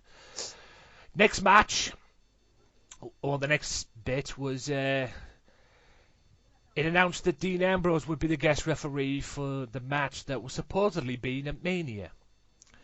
From what I heard, Daniel Bryan versus Dolph Ziggler. Now, I don't know about you, but if WWE wants to put good wrestling on, they need to watch this match. Because this match stole the show. This match was the best part of Raw. This match was the whole reason that Raw worked to a point, considering all the other garbage that they had on. But this stole the show from Raw. And I'll tell you the reason why this is not on at WrestleMania, and they've went with the Intercontinental Championship ladder match angle thing. I'll tell you the reason why this is not at WrestleMania, because this will steal the fucking show at WrestleMania, and this will take all the attention away from Brock Lesnar and Roman Reigns. Guys, what do you think? I thought, like you said, it was easily, hands down, the match of the night, and they didn't really have anything that could compete with them anyway, so it was pretty much the unanimous match of the night. But Dean Ambrose being a special referee was interesting, to say the least, being the character that he is. Yeah. But my only problem with this match was that Daniel Bryan lost again. He lost clean twice now to Dolph Ziggler. It's like, he's supposed to be in the ladder match. You know what I mean? You got to build up some credibility heading into Mania, and that to me just stifles his momentum. I mean, I don't know where they're going to go with it. I keep hearing they're trying to put the titles on Cena, the mid-card titles on Cena and Bryan. So if you're going to do it with Bryan, then why are you having him lose back-to-back to the same guy? Albeit it was a great match. I loved it, every minute of it. But It's just, when you're booking somebody, you can't do stupid things like that. Well, you make yourself look like a fool. Go ahead.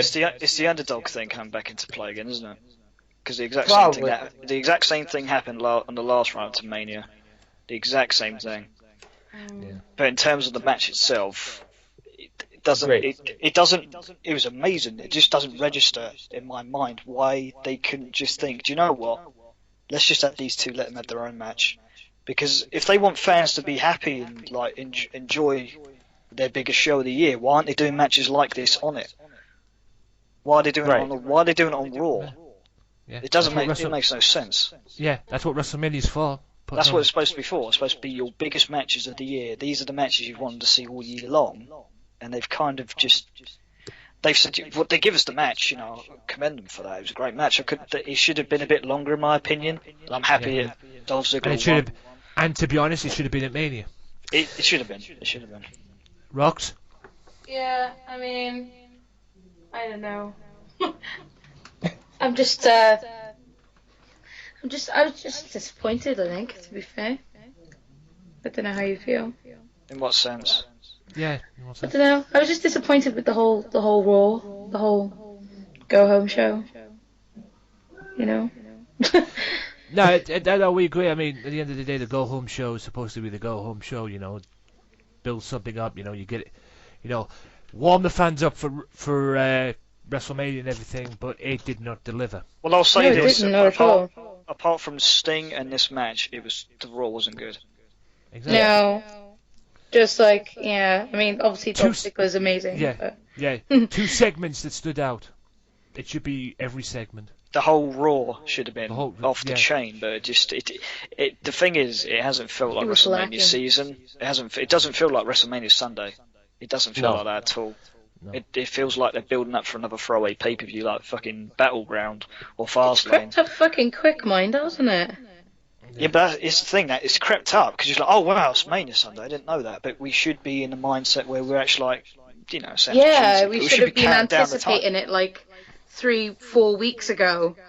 I think the Fastlane it just, I don't know, it just took something away from it. Bring back King of the Ring.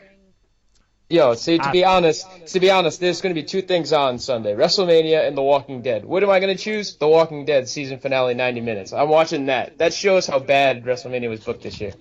We're lucky we don't get it till Monday. Oh, if you live in, And I don't want you any li- spoilers either, you. yeah. I might, maybe. And if you live in Scotland, you have a choice: WrestleMania or Barrowmania. Yeah, ICW. Well, that can That's go right. two ways. That's right. That's right. Right. ICW have got Barrowmania on this Sunday as 'Cause well, that's- March 29th. It's a good business move. Yeah. Very good business move. Probably a bit risky to compete with WrestleMania, but to be honest with the red WWE is going, I think ICW will win. But the thing is, WWE probably aren't even looking at ICW, so they're not going to take any notice. No. Yeah. Yeah. No. They're not going to notice.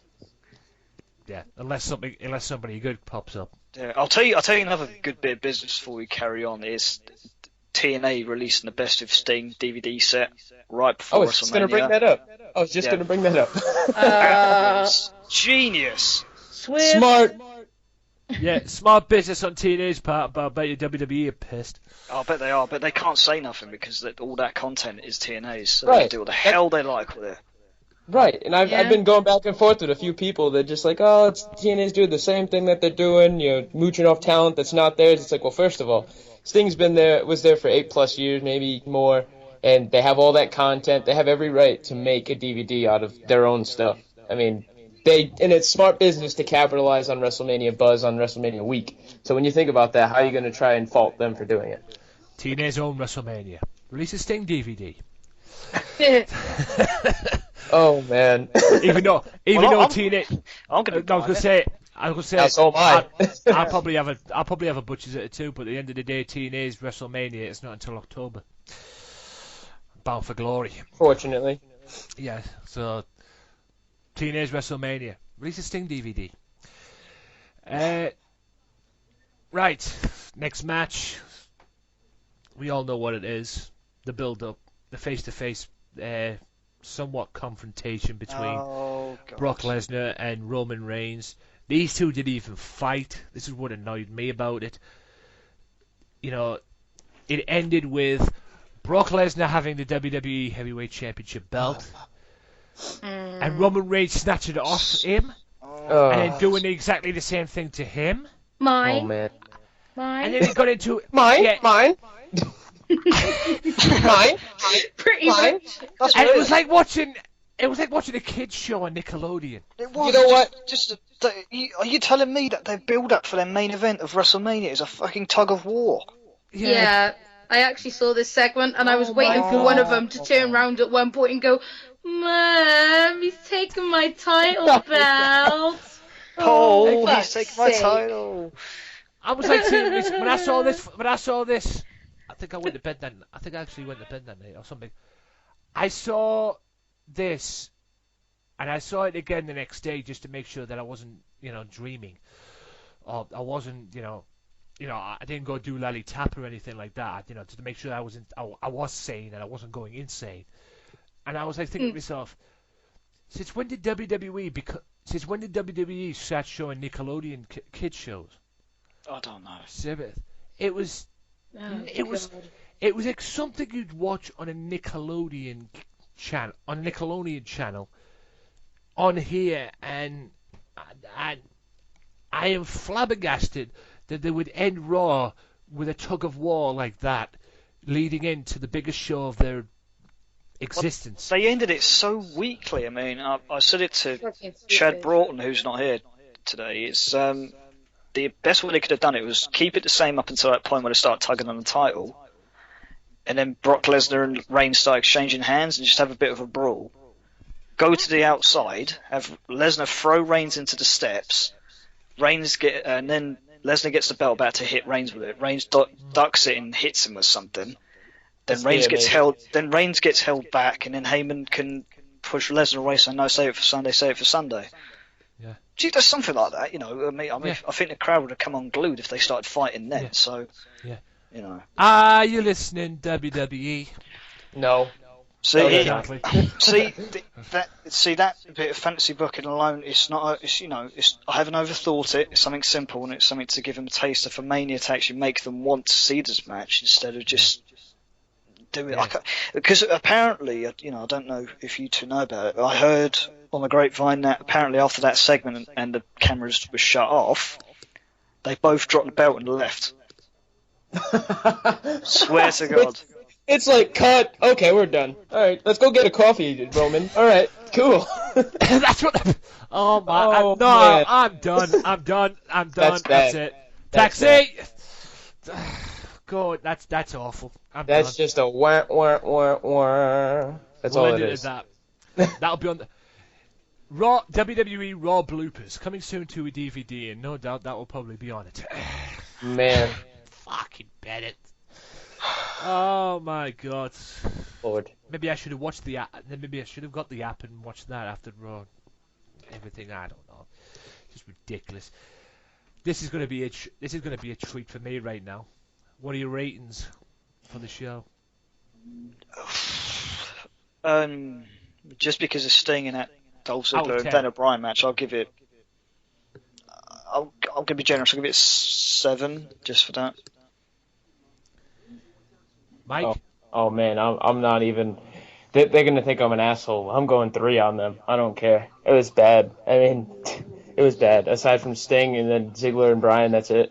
Well, But yeah. If I took Sting in that match out of the equation, I would give this a 4 or something.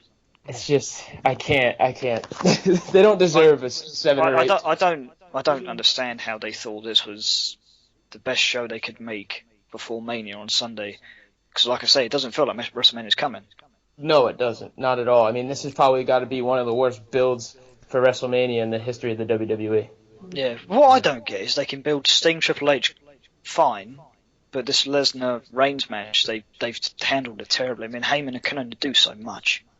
Right. I mean, and honestly, they should have gave Heyman the reins for that. They should have let him work that program. They should have let him be in charge of what they're going to do. I don't know why he didn't bring it up. I don't know why they didn't do that, because I can tell you right now it would have been a lot better than what we've seen. Yeah.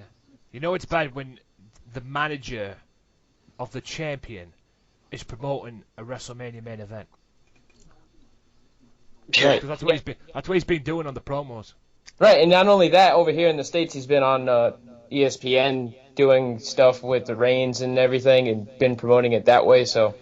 Could you imagine how bad this would have been if Heyman wasn't even involved? Oh, man, if Heyman wasn't involved and Brock was still on his own, this would be awful. If Heyman wasn't involved in all of this, I'd probably kill myself. I wouldn't even watch.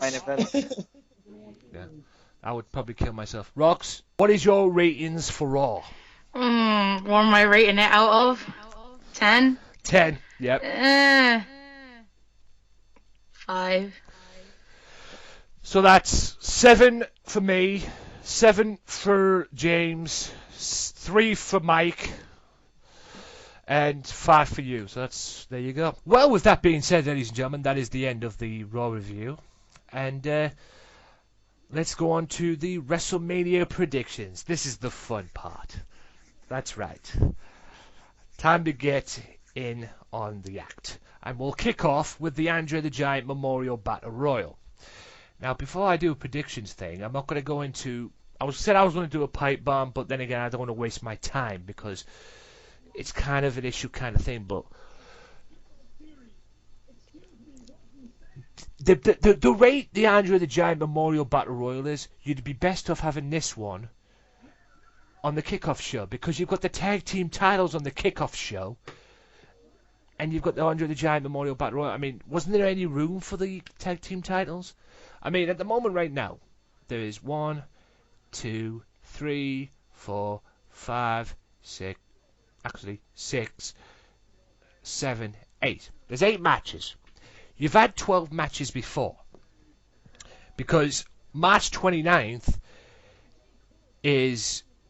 I don't know when it was. Hold on. 1987 at March 29th. I don't know how many years this is. But WrestleMania 3 was on that same day. Sunday night, March 29th. And that had 12 matches on. So you've had 12 matches on before. So couldn't you have fit the tag team titles on? You know? They probably could, but you know, you got to think of the backstage segments they love to do now, and there's probably going to be music performances again. So you got to take that into consideration. Yeah, I suppose. Anyway, my prediction for this Battle Royal, and I'm going to get yours too in a minute, is Sheamus. I predict Sheamus will win the Battle Royal. Oh, Christ. And I'll tell you the reason why. I'll tell you the reason why. Because they've done with Sheamus, or from what I've read on the dirt sheets, they've done with Sheamus what they were supposed to have done with The Undertaker. Why, I don't know, because let's face it, The Undertaker has more meaning than Sheamus, considering where he is and everything, and the position he's in the WWE. But they decided to do exactly the same with Sheamus. And now the rumour flying around was that Sheamus was supposed to come back at WrestleMania and be a part of either A, the ladder match, which would have killed the ladder match, or B, the Battle Royal. My guessing it's going to be the Battle Royal. So that's why I'm going for Sheamus. What do you guys think? Fair argument. Mike? The only person I really think that has to win this, if the Battle Royal means anything at all still, Mizdow needs to win it, to me. I mean, they should have had a match of their own, one-on-one. The WWE fucked that up with not putting out that one-on-one match there, as they did with pretty much the whole entire card, fucking it up. But Mizdow has to win. I mean, he needs to break away from the Miz finally and do his own thing. James? I'm going to go with Curtis Axel. Just complete, go Axel Mania, just go complete left wing and have him win it. Okay, you heard that here, guys. Now, while we're here, we've done the Andrew the Giant Memorial Battle Royal. Let's do the kickoff show. Let's have some fun with this. Since Mike had some fun with this earlier on, let's have some more fun with it now. You've got the tag team champions, Cesaro and Kid, who in my opinion are the perfect team. You've got the other best tag team in the WWE at the moment, the Usos. And then you've got the two wild cards. You've got the New Day, Big E Langston and Kofi Kingston. Ugh. And you've got the other wild card team, Los Matadores, Primo and Epico, to anybody with a brain. Mm-hmm. Yep, pretty much. Yeah. Who do you think should win this? I'll give you mine, but mine's the perfect team should retain. I'm going to go retain. Yeah, I'm going to say retain. It won't make any sense if anyone else wins. Exactly. It's a sweep.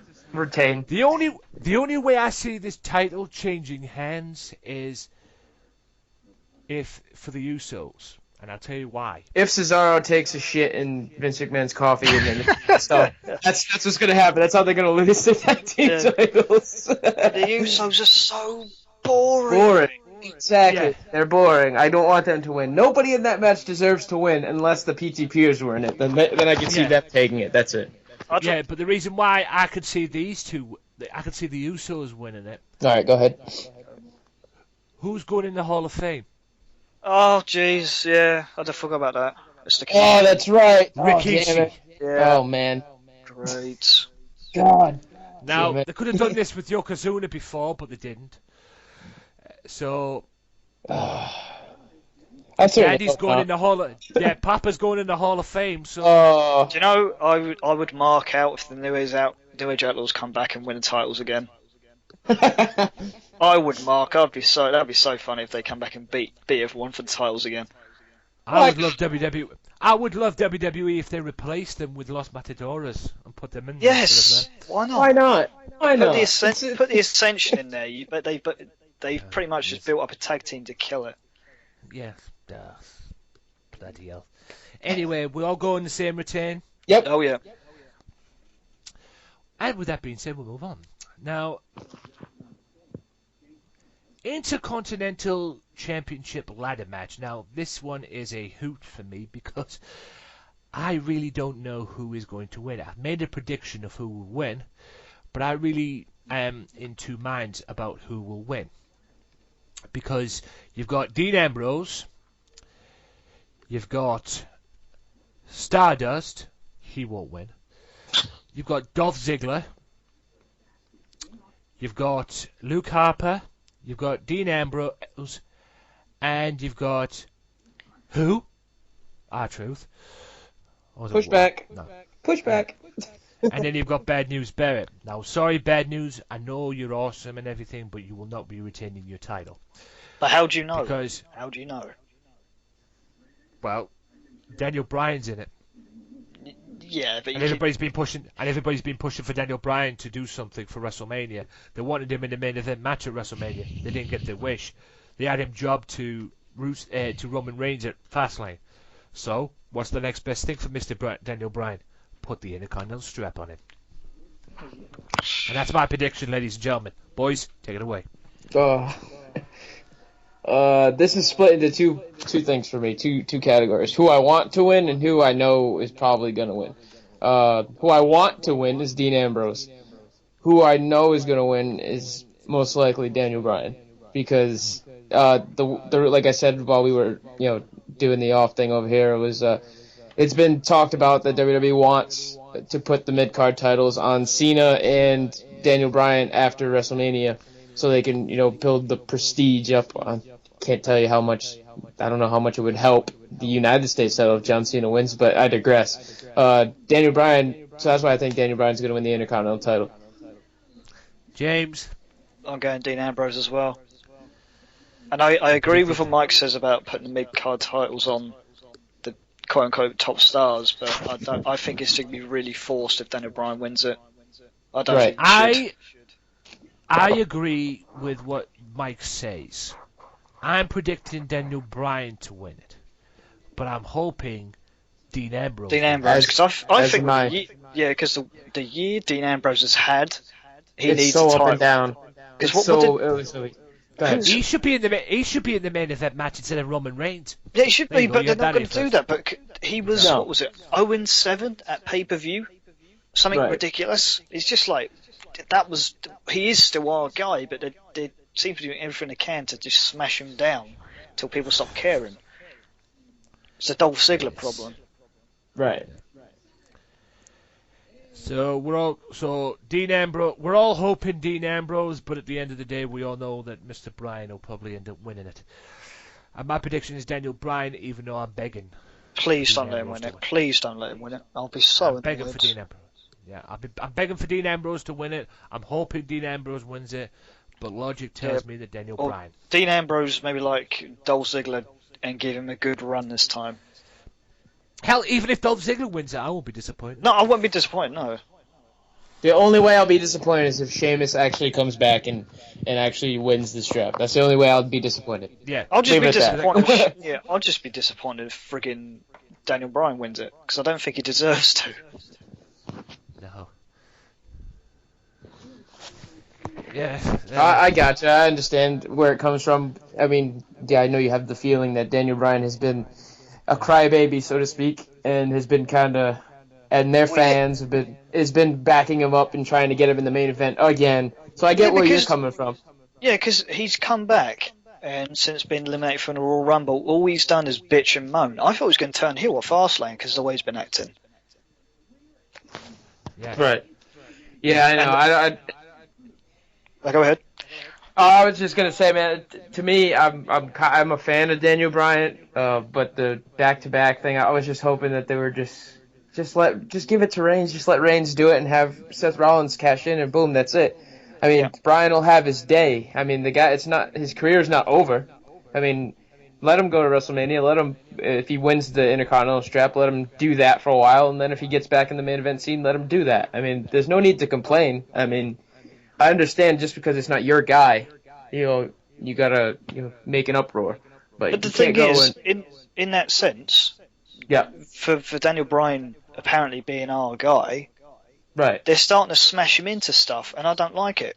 Because I don't want to see him all the time. Like, I will keep saying this. I'm a fan of the wrestler. I'm not going to dispute his wrestling ability because it's phenomenal. Mm-hmm. It's the gimmick that drives me mad, and the fans that come with it.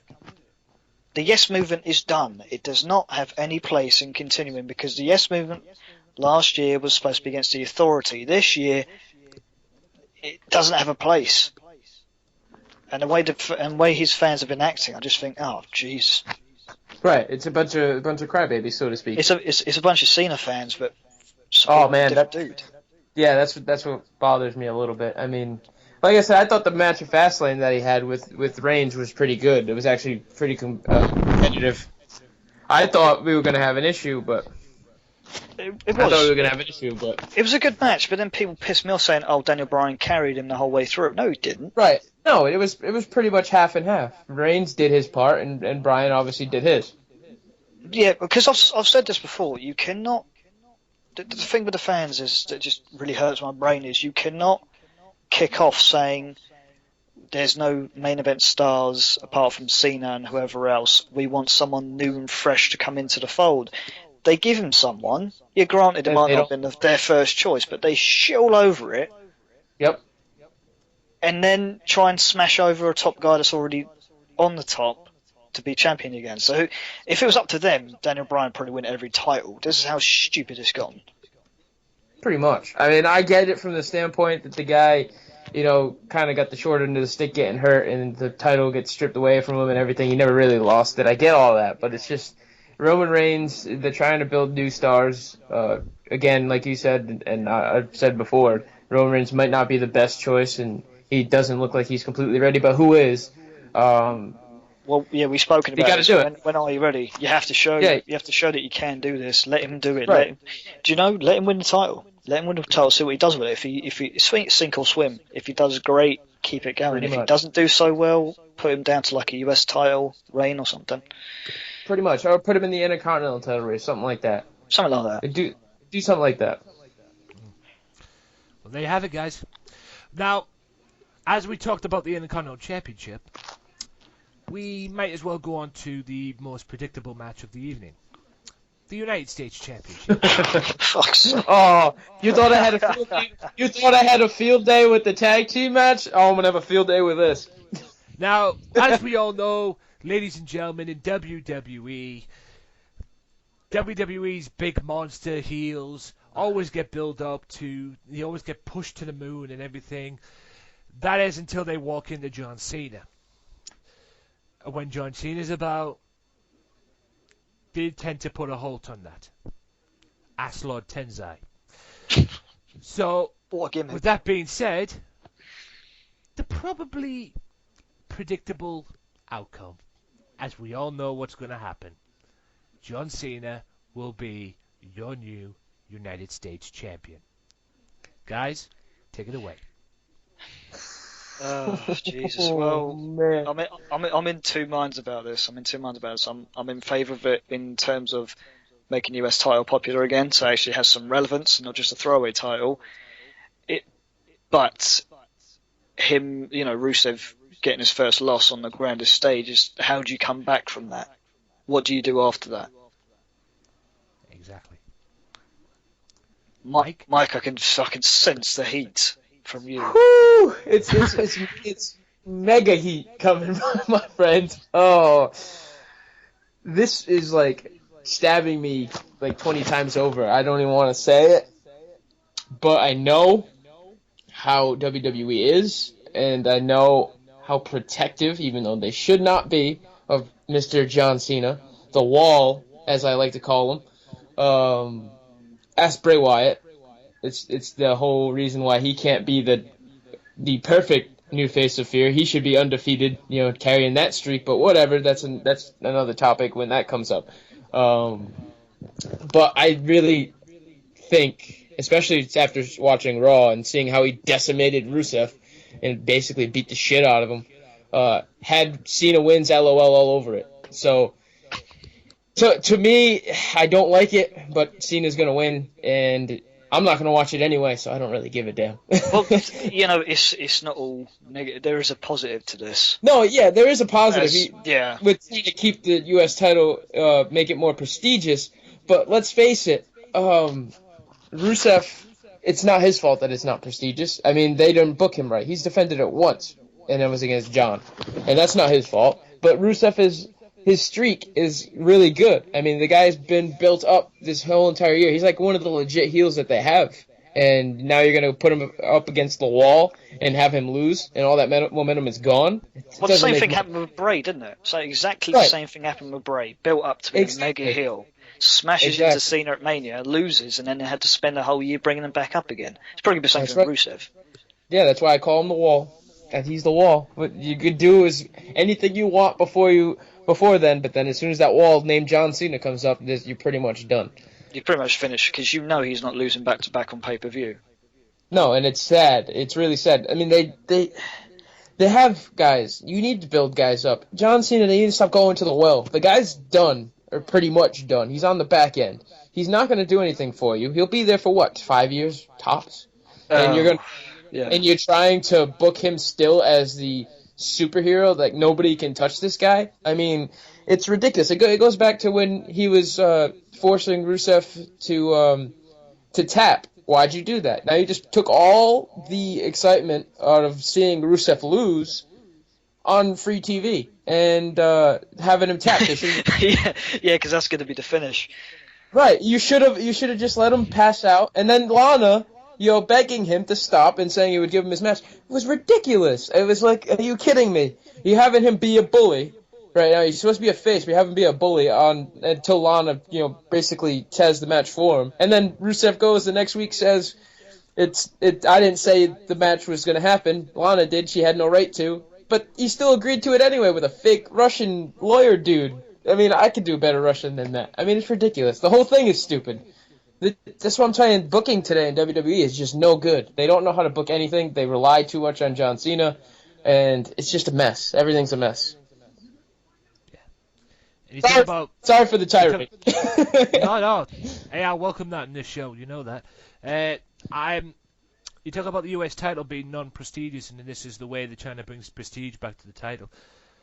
And is that true that Rusev has only defended it once? I believe he's only defended it once. Maybe twice. I thought he defended it against Swagger at some stage. Yeah. That's what I'm saying. It might have been once or twice.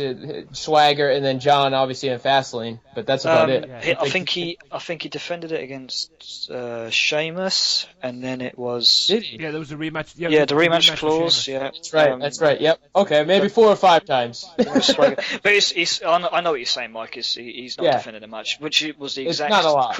It's the exact same criticism Ambrose come under. It's not his fault. Exactly. Right. He's not booking the matches. It's booking. WWE booking. It's bad. Ain't it beautiful?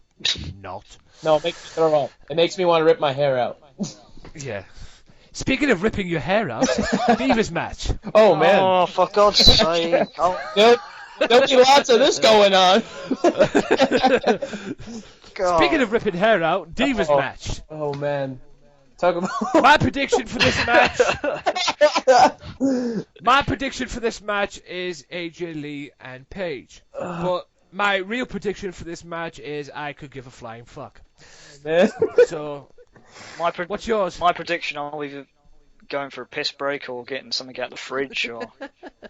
But I think Bellas are going to win. AJ and Paige are going to implode and feud again. And then we'll be back to square one in the Divas division. Oh, man. Mike? Oh, my prediction is I'm going to go get a big, giant bottle of Jack Daniels and drink it until the match is over and then enjoy the rest of the WrestleMania drunk. No, I want AJ and Paige as well. I mean, I really just don't care for the Bellas. That's another thing. That Brie Bellas being with Nikki again with no explanation is another thing that still boggles my mind. But that's on par with Samoa Joe getting kidnapped by ninjas. No payoff still. I don't know. Fucking God. You don't know what happened to those ninjas either. I reckon ninjas got released. Just don't want to tell them. Yeah. Oh. I mean, but I will say I don't care for the Bellas either, but I can just see it going down that way. Yeah, I know. I can see it too. I honestly don't care, but I know the Bellas are probably Yeah. the Bellas are gonna come out and probably win. I mean, like I said, it should have been a fatal 4-way match for the title instead. I don't know why they put a tag team match. I mean, it's just like I said, it boggles the mind. I don't understand it. I stopped trying to understand WWE's booking decisions a long time ago because I don't want to die at a young age. It'll start stressing me out. So I stopped trying to figure out when Paige lost the title to AJ in about 5 seconds. right. The fuck. Yeah, WrestleMania. That went back to square one again, didn't it? Right. How did that happen after WrestleMania? Yeah, I didn't mind. I was cool with it. Yeah, I was cool with Paige winning the title. It's the way she was treated when she had it. Right, she was treated as she got lucky. It was a fluke.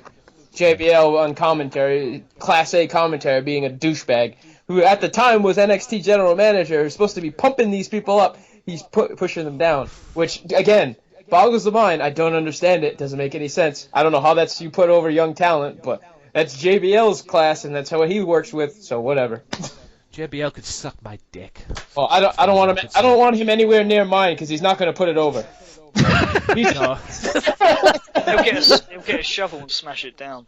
Oh man. I swear to God, I don't think there's anybody more irritating than WWE right now. I mean, the guy's a bona fide legend, and he is, he's on his way to the Hall of Fame, no doubt. He'll be in there. I mean, I could sit in. Hopefully with probably the say, APA. hopefully with the APA. He has to be in there anyway, because he's got to be in there with the APA for Pete's sake. But, his commentary now, and like we said earlier on, 2006 he was great. Right. When it was him and Cole, when it was just him and Cole, bullying Cole, it was fine. It was good. He was even when he came back in 2012 with just Cole, it was fine. It was good. But now he's just being like he doesn't really give a damn. Kind of. Well, he's being. at least it was consistent being color commentary. Because now it just flips between heel and face on commentary. It just doesn't work. Right. It's like he's going tweener on us, and I don't understand. It's like if you're gonna have a Twitter feud with Bill Simmons. ESPN personality, and then all of a sudden he shows up in your face, you're trying to be nice to him. It's like, what the hell is wrong with you, guy? Yeah, I'm done. I was done at that point. Jesus. I still don't get that to this day, and thank God I kept my thoughts to myself, because I would have ranted on that on Twitter if I had the chance, but I didn't. I mean, I'm going to be honest, since I watched Bill Simmons, I thought he did better on commentary than JBL has done his entire career. I mean, the guy was into it. He's a fan of it. He's as well as Michelle Beta, who was in the crowd, who he works with. They're into wrestling. He's into wrestling. He brought in some wrestling terms. I liked what he did. He made it actually enjoyable. I was more focused on that than I was the 10 men versus 10 men filler. I didn't care about that. I just cared about the Bill Simmons thing. I cared about that more than Snoop Dogg, to be honest. Well, you're the odd one out in this frame. I know. I know. I'm toting it. I'm promoting it until the day. Yeah. Because if someone came up, before Raw, if someone came up to me and said Bill Simmons, is it Bill Simmons? Yeah, you're right. If someone came up to me and said Bill Simmons, I'd be like, who? Who's Bill Simmons? Right, because you guys are in the UK. He's not really prominently featured on your television as like I am on mine. What is he again? He works for ESPN and ABC's like, sports analyst. We didn't analyse the wrestling match very well. A sports analyst. Polite word for a sports gobshite, but anyway. Oh man. It's basically the American version of pundits that we get on Match of the Day. Right, exactly. And they're probably more talented than him. Oh man. Oh, I just thought. Yeah. Yeah, and they're probably more talented. Yeah. Anyway. Alan Shearer and co. But anyway, let's move on. Oh, please move on. Right, who can we go to next? Yeah. Let's go to The Undertaker and Bray Wyatt. Yes. I'm predicting The Undertaker to win. Oh. Because I think WWE's booking will kill Bray Wyatt's little run that he's been having this whole year. Like he said, he lost to Cena last year. They built him up again. But this time, considering what happened to The Undertaker last year, I think they want The Undertaker to win and go out on top. Even though he hasn't got the streak anymore. So, that's my prediction. I'm hoping that's not the case. Like I say, it makes more sense for Bray Wyatt to win. But I just don't think WWE are going to go into a different direction with it. Your thoughts? you can't build up the dude 2 years in a row just to smash him down twice. It doesn't make any sense. It's not feasible. Then what was the point of rivaling like with Ambrose and stuff? There's no point. What's he gonna? If he loses to Taker, what's he gonna do the next night? What's he gonna say? It doesn't make sense. It's like the whole saying, anything can happen in the WWE, and I've got a funny feeling this is going to happen. And like I say, I'm hoping it doesn't happen. It makes more sense for Bray Wyatt to win. You know, it'll probably scare the shit out of the audience again if Bray Wyatt wins. You know, and Undertaker loses. But I don't think he'll have the exact same like. No, he won't have the same effect of Brock beating him. But you know, it'd be just like, you know, I mean, like I say, I mean, I just got a funny feeling WWE, considering the way their booking is, are going to turn the old switcheroo kind of thing and build Bray up 2 years in a row, like they did with last year with Cena. They're going to build him up again, and then because of what happened with Brock last time, they're going to put the Undertaker and have the Undertaker win because they want the Undertaker to be, you know, somewhat normal again, if that makes sense. I suppose, but I'm going to be pulling for Bray, but he's got nothing to prove anyway, so he has nothing. It's not going to affect him if he loses. Just put it like that. Taker's got nothing to prove. He's got nothing to prove and nothing to lose, so I don't think it's not going to affect his legacy. So I still think Wyatt's going to beat him. Mike? Bray. It has to be Bray. If it's not Bray, I just completely have lost faith in WWE booking and WWE creative and anything. I mean, if you wanted, there's this talk about The Undertaker and he needs his respectable moment to go out on top. Should have did that last year. Okay, let's be honest. He should have beaten Brock Lesnar. Brock didn't need the streak. He should have let him go out on top with the streak if you wanted to do that. But you can't go, just like Belmont was saying, and I was going to say, you can't go and have Bray build him up 2 years in a row and then get beat. I mean, it makes the guy look like he all bark and no bite. You know what I mean? You can't make a guy look like that. And you're trying to build for the future, then you got to have these guys win. You can't just bring them to the dance and then have them lose and then turn around and say, well, why isn't this guy getting over? Oh, geez, well, why is he not credible enough? Well, oh, man, maybe it had to do with you had him lose 2 times at WrestleMania. So Bray has to win, and if he doesn't, it's just a sad situation. Did I hear you correctly say if Bray doesn't win this, you will give up on WWE booking? Yeah. Oh, I think I already have, kind of. I gave up on WWE booking already. I was going to say, I gave up WWE booking a long time. Dean Ambrose 0-7 in pay-per-view. That is why I'm giving up with WWE booking. You took Ambrose's hottest streak and destroyed it. What I'm saying is I have, like, the tiniest little inkling of hope for them. Just a smidge. You could barely see it. You need, like, magnifying glasses to see it. But if they mess up with Bray again, and that's it. I'm pretty much done, because he's one of my favorite guys in the business today. So, they've been messing up on a lot of people, but Bray is the most evident because of last year with Cena and having him lose and building him up, having him basically do this whole entire feud himself and doing it greatly, I may add. And if he loses to Undertaker, which Undertaker doesn't need the win, it just wouldn't make sense. Then again, that's become the norm, and that's sad. Right. We'll hold it there for a second, guys, because now we've got Roxy back on. I'll explain that later on. I'll explain the reason why later on, ladies and gentlemen. Now we've got Roxy back. We're going to put these two on hold, give these two a little bit of a break, because they've done a lot of talking as well. So we'll give them a little break. We'll come back to the 2 main event matches. Sit back, relax, and enjoy. If you want to get your sense in as well, guys, feel free. You know, you're more than welcome to. If you want to help Roxy out with a few things as well, if you want to get your piece as well. But Roxy, gentlemen, now we get to the WrestleMania predictions. And now, like I say, we've already started this, but we'll put it on hold for a bit, and let's get Roxy's views on this. We started off with the Andre the Giant Memorial Battle Royal.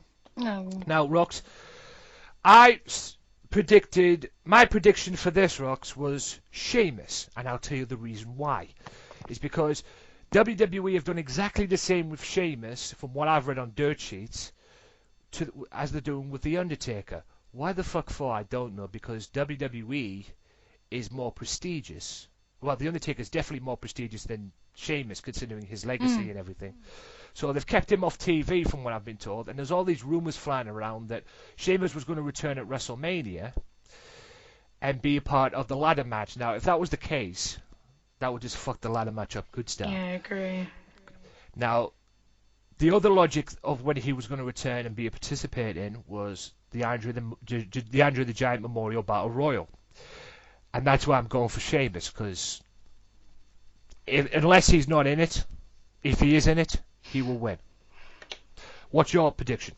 Kind of makes sense. I mean, what you're saying with regards to Sheamus. I don't know. I mean, I hope they bring Sheamus back as a heel, because he's shitty as a face. But just one quick thing as well. I've also heard that's the other reason as well. Apparently, he is coming back as a heel. yeah, he should do as well. I mean, King Sheamus was amazing. You know, Yeah. that was great. Yeah. I'm gonna say, oh god, I'm trying to jog my memory now. Who of all the participants in it is pretty much the rest of the roster, isn't it? Yeah, it's who did make it on the WrestleMania card. Is Miz is in it, isn't he? Yeah, Miz and Mizdow are in it. I want to say that Sheamus will win it, but I want Mizdow too, because I love that guy. Yeah, you and Mr. Rodriguez agree on that one then. Oh, he's a good guy, Mr. Rodriguez. Can't fault him. Yep, so that's one. Now, Mike and James had a lot of fun with this one, Rox. All right. And you were a part of this earlier on as well, because Mike had a good rant about the Los Matadoras. Oh yeah. We're going to the kickoff show. Tag team titles on the kickoff show, which consisted of the perfect team, as I call them, Cesaro and Tyson Kidd. You've got the other best tag team in the WWE besides Cesaro and Tyson Kidd, the Usos. You've got New Day, and then you've got Los Matadoras. Oh god, if it's Los Chateaudores, I think I might kill myself. Yeah, I think we all would, to be fair. Or as I say, Los Matadoras, or as I called them, Primo and Epico. Oh, yeah. The only way I'm going for Tyson Kidd and Cesaro, like I said, but the only way, like I told the other two, the only way I could see the Usos or see this whole thing changing and the belts being changed in hands is if the Usos won, and I'll tell you the reason why. Right. I'm hoping that they keep the belts on Cesaro and Tyson Kidd, but the reason why I'm saying the Usos could be in with a chance is who's going in the Hall of Fame? Rikishi. Yeah, I see. Rikishi Hall of Fame. I see what you mean. Yeah. Daddy's going in the Hall of Fame. So, with that being said, what is your prediction? Because my prediction, I'm hoping the perfect team will win it, but I could just see WWE pulling something, with the Usos and putting the belt back on the Usos to celebrate the fact that Rikishi's in the Hall of Fame. Go. That's a very good point, to be fair, what you just made. But, I mean, it's got to be the Brass Ring Club. Love Cesaro. I love Kids. I think they're great. I want it to be them, and I think it will be them, because the momentum on them guys now is just red hot. Yeah, besides that six-man tag BS that they had with the Los Matadores. What was that called again? The interspecies match? Oh, please. Give me a break. Anyway, moving on. So that's the tag team champions to retain then. Yeah. Is what you're predicting. Oh, hell yeah. We all agree on that one. Now, this one was a struggle for all of us, and we know who we're hoping to win this. And Mr. Belmont made a prediction as well that he hopes and predicted that the person will win, and that is Dean Ambrose. Because we've got Dean Ambrose, R-Truth, Bad News Barrett, Luke Harper, Dolph Ziggler, Stardust, and Daniel Bryan. Now, I'm hoping as well, and I agree with Mr. Belmont, I'm hoping that, and I don't know if I agree with Mike as well, I don't know if Mike said this as well, I don't remember, but I'm hoping Dean Ambrose wins this. But logic and brain tells me that Daniel Bryan is going to win this. And I predict Daniel Bryan for it. So what's your prediction? Well, I mean, to be fair, if Ambrose, Barrett, or Ziggler come out with the title belt, I'll be a very happy girl because I love all three of these guys. The guy who needs it and the guy that deserves it most is Ambrose. And I probably would choose Ambrose to go forward because he's the one that needs a belt on him right now. Daniel Bryan, he doesn't need a belt. He's Daniel Bryan. He's got that stupid ass yes gimmick that's getting him over, and he doesn't need a belt. But people will complain if he doesn't win. Hashtag cancel WWE Network. To be fair, I don't really agree with the IC title ladder match. I can see what they're trying to do. They're trying to do the Money in the Bank thing that they used to do at WrestleMania. But yeah, I'll tell you something. If Daniel Bryan does win, I will cancel the WWE Network. Because, I'm sorry, Daniel Bryan doesn't need a fucking belt. He's Daniel Bryan. Put it on someone who needs it, someone who deserves it. Give it to Ambrose. Yeah, that person's Dean Ambrose. Yeah, agreed. Yeah. Now, although I will say this, if Bad News Barrett somehow retains, I won't be disappointed. If Dolph Ziggler wins, I will be disappointed. Because like I say, Ziggler's awesome, and don't get me started on Barrett. I love Barrett as well. Barrett has definitely grown on me over the years. But my prediction, I'm hoping Dean Ambrose wins this, but my prediction, logic and common sense says that Daniel Bryan will be the Intercontinental Champion. Speaking of championships, let's go to the most predictable one of the evening. Now, oh boy, did Mike have something to say about this, and I'm pretty sure you might have something to say about this. Now, logic tells you that when monsters in WWE, monster heels rather, in WWE, they always get pushed to the moon. WWE builds them up and builds them up and builds them up and builds them up, and they always get pushed to the moon. They get belts on them, and like Rusev has with the US title. But when they walk into Cena, that ends. Yeah. Take Lord Tensai, Jason Albert, who's now on NXT. Now, the match I'm talking about is the United States Championship match with Rusev and Cena. Dead belt anyway. Yeah. And my prediction for this, we all know it's going to happen. John Cena, United States Champion. Again. Why? I think it's fair to say that it's going to be John Cena. Such a shame. Well, it's a dead championship, so they're obviously going to put it on somebody who's going to, catapult it. I mean, that's what they did with Ziggler in the IC title. They chuck it on him, and it's, it's always been one of my favourite belts, the IC title, don't get me wrong, but since Cody Rhodes last held it, Ziggler was the last credible champion on it.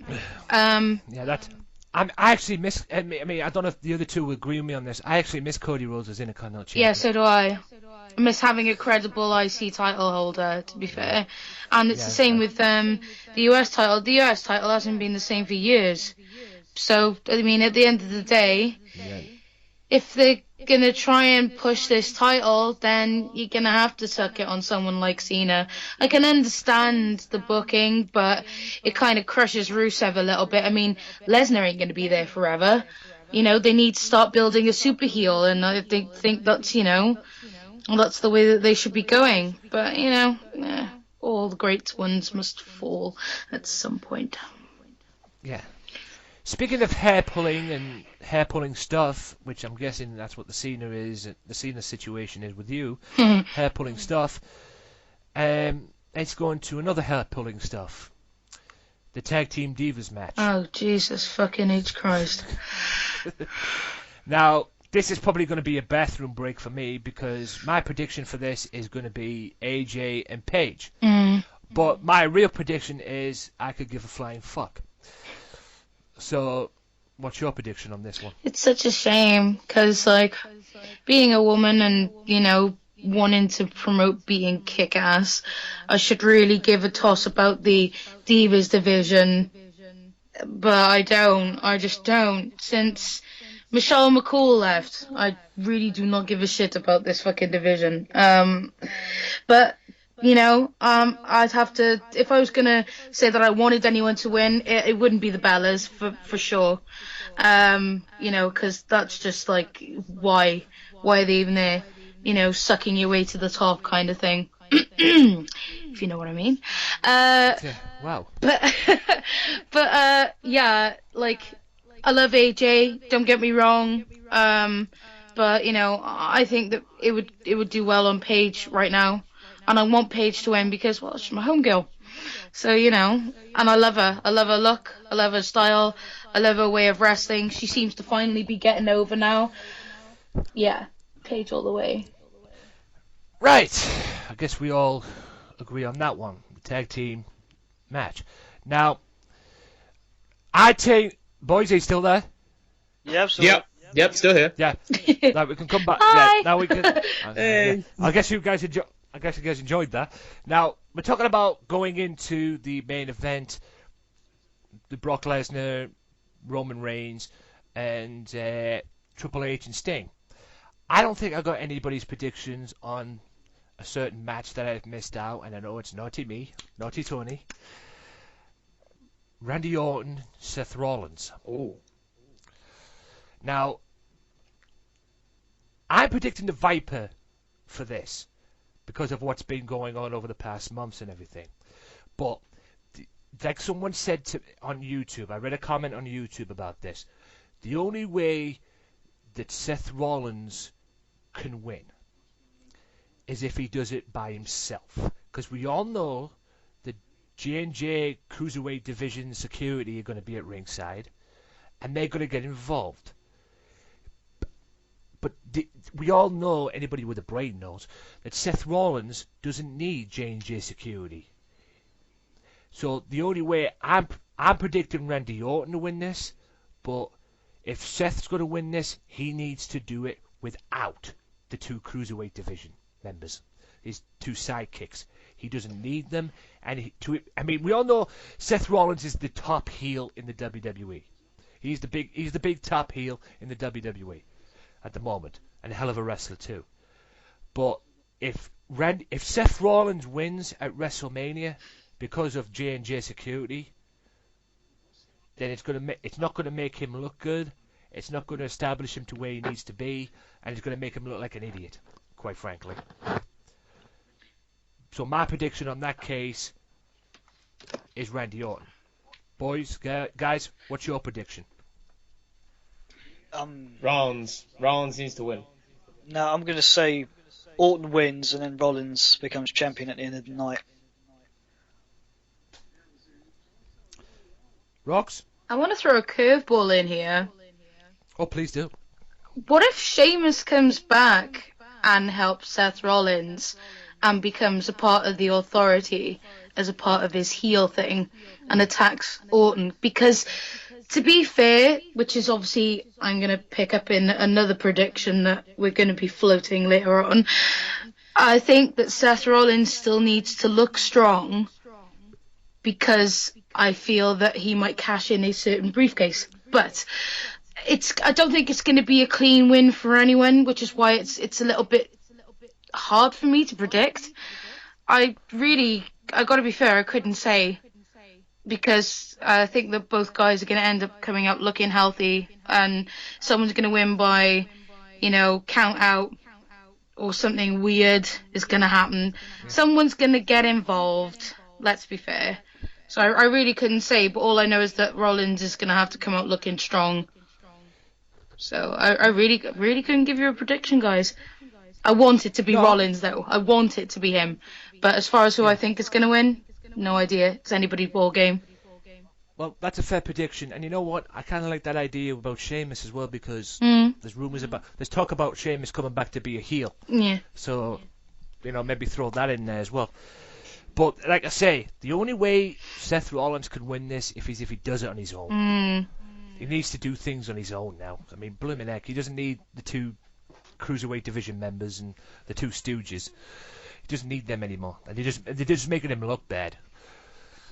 Anyway, don't get me started on the Authority. Anyway, you know what? Speaking of Money in the Bank cashing in, let's go to the World Title match. Brock Lesnar, World Champion, versus Roman Reigns. Now, I'm hoping Brock beats the hell out of him, to be honest with you. But logic tells me Royal Rumble winner, and they've built him up. They built Brock up to this point because of what happened last year with The Undertaker. They beat The Undertaker. He goes all the way in to SummerSlam, beats the piss out of Cena, wins the championship leading up to this point.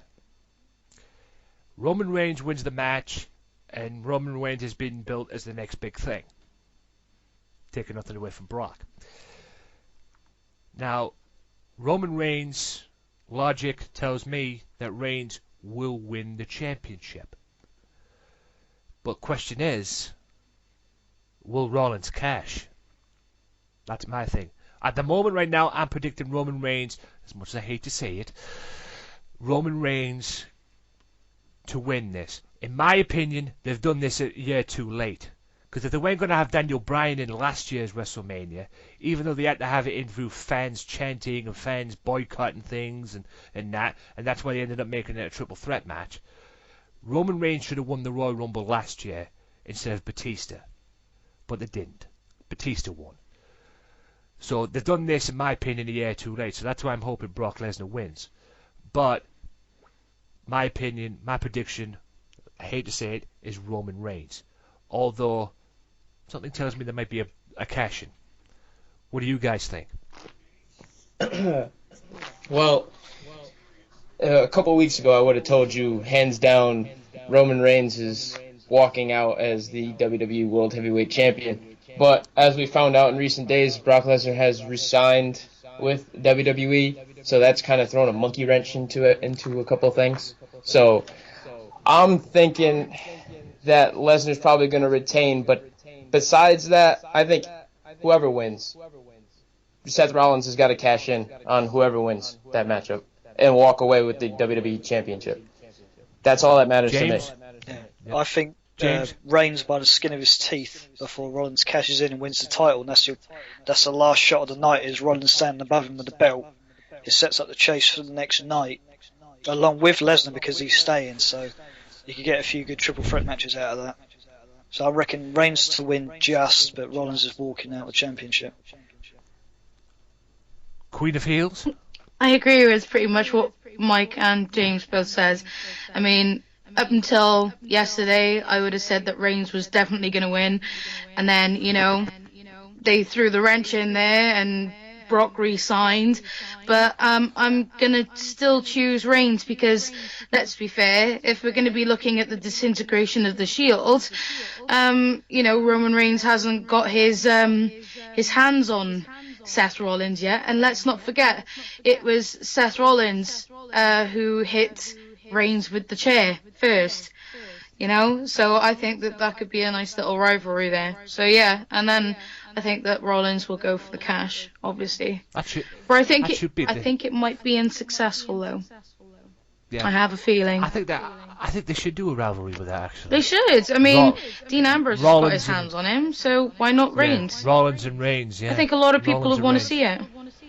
I wouldn't mind seeing it, to be honest with you. I mean, they did it with Ambrose. I mean, I don't think they'd be able to top Ambrose and Rollins, but... No, but it'd be pretty cool. So we're all in agreement then.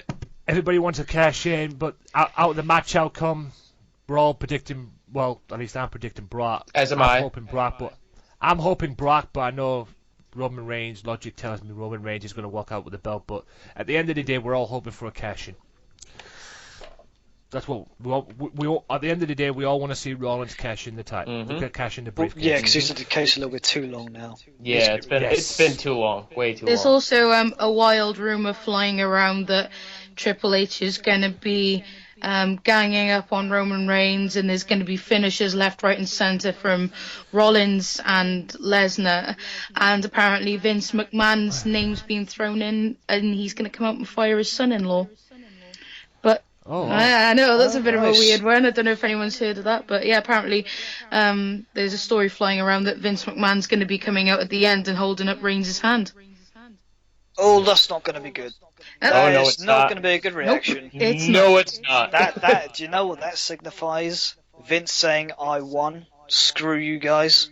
Yeah. Well, you know what? At the end of the day, that just proves what that video I saw on YouTube says. Vince McMahon, you're out of touch and out of time. Oh man. I won't go into Seen him, old bastard. What he's doing. Yeah. Speaking of Triple H, let's get to what we hope is the main event. Like I said, like James said earlier on, like we said, I think we said this off air earlier on. This should be the main event. It should be. It won't be surprising. They did it with Cena and Rock at WrestleMania, so why not put this on? Sting and Triple H. Yes, Sting makes his long-awaited debut in the WWE. Now, logic tells me, and I'm picking Sting to win this. Because, let's face it, it's his first match, and, and all that, yada, yada, yada. Question is, do you think this could hang? Do you think this could be a great match for WrestleMania? What are your predictions, and do you think this, like I say, do you think this is going to be a good match? Because I'm hoping it, I think it is, and I'm hoping it is, and I'm predicting Sting to win, but what's your predictions, and what's your thoughts? Honestly, I think it'll be decent at best. I mean, Sting's 53, almost 54 years old. Triple H himself is in his, I think, late 30s, early 40s. I'm not sure. So I think it'll be decent at best. Triple H is definitely going to carry most of the load. But I got Sting winning this. I mean, you don't just go 14 years and not having the guy around and trying to get him to no avail, and then have him finally come in and lose. So he's going to win. James? Yeah, I'm going for Sting as well. I think the match will be good. They cannot drag the match out too long. Like, if they go past the 15-minute mark, I think Sting might be in a bit of trouble. Because you can't beat the clock. I mean, he's quite old now, so, smash that match out. I agree, Mike. You can't bring someone in after all these years just for him to lose. Because, but saying that, it just sounds like a Vince thing to do. That he comes to WrestleMania and he loses just to say I've beaten the icon of WCW. See, just stuff like that just makes me want to punch him in the face repeatedly because it just sounds like something he would do. But I've still got Sting down to win. Rox? Yeah, Sting's gonna win.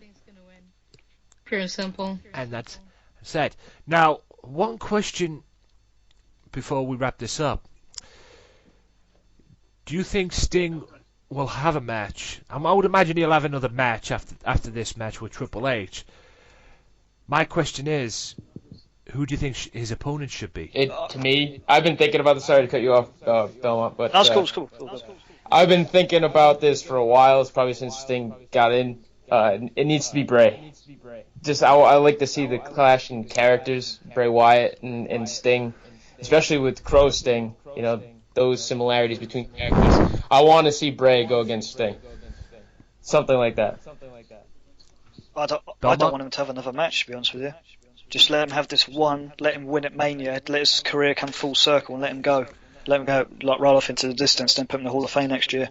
Oh, I'm with you. I'm just saying if they are going to do it. Yeah, I don't want it to be like a Sting Undertaker match because I think that match will be dreadful.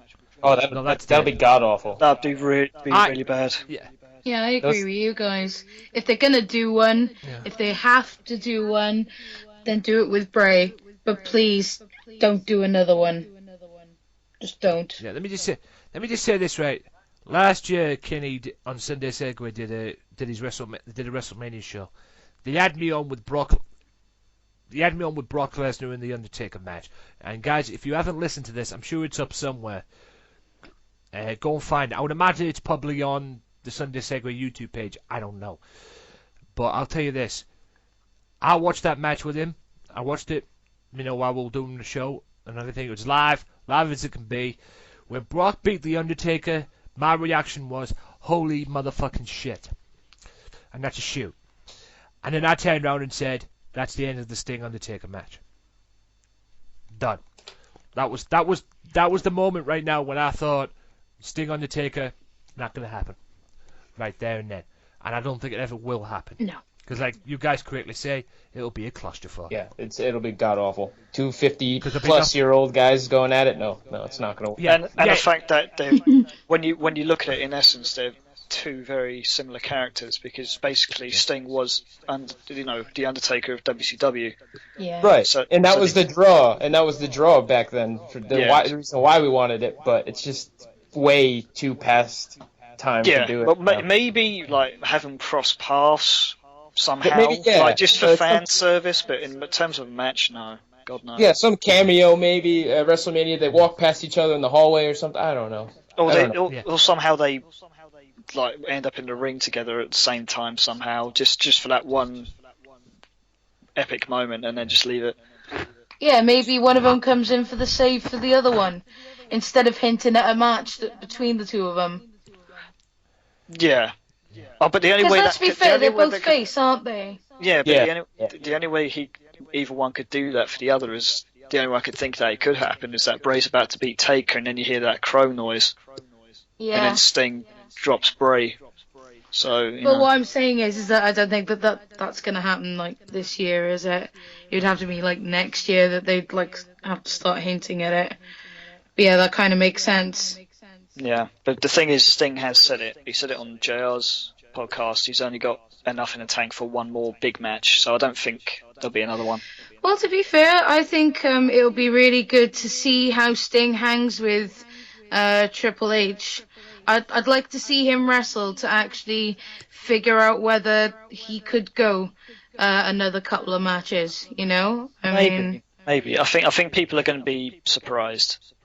Yeah, I think so. I hope I'm pleasantly surprised, because it'll be the first match that I've ever watched Sting in live. So I'm looking forward to it. Well, let's just say this. I will say this for you. His TNA matches, he did some good work in TNA, Sting. Mhm. And people always say that he's too old. Oh, yeah, he's too old to be wrestling now and everything. Sting could probably go. All right, it's not his prime work. Maybe, like Mike said, don't go past 15 minutes, because if you go past... No, was it James? Yeah, said? Belmont. Don't go past the Yeah. 15-minute barrier. Yeah, don't go past the 15-minute barrier, otherwise you might get into trouble. Or you might get Sting into trouble, and that might be the issue on that. But it might not work to that extent. But he can still go. He can still wrestle. And people always say to me, "Oh, he's too old anymore." But I mean, tell that to Ric Flair. But the people that have been saying this the whole time are the same goddamn people that were slagging him off in TNA, along Yep. with slagging off Hogan in TNA. See, the thing is, their mind works like this. If the people go from WWE to TNA, they're either too old, or they're not talented enough, or whatever reason they can think in their little minds. But if it's the other way around, they go from TNA to WWE, they're like lauded and praised to be amazing. Like, I'm not taking anything away from Sting. I'm a Sting mark. I love Sting.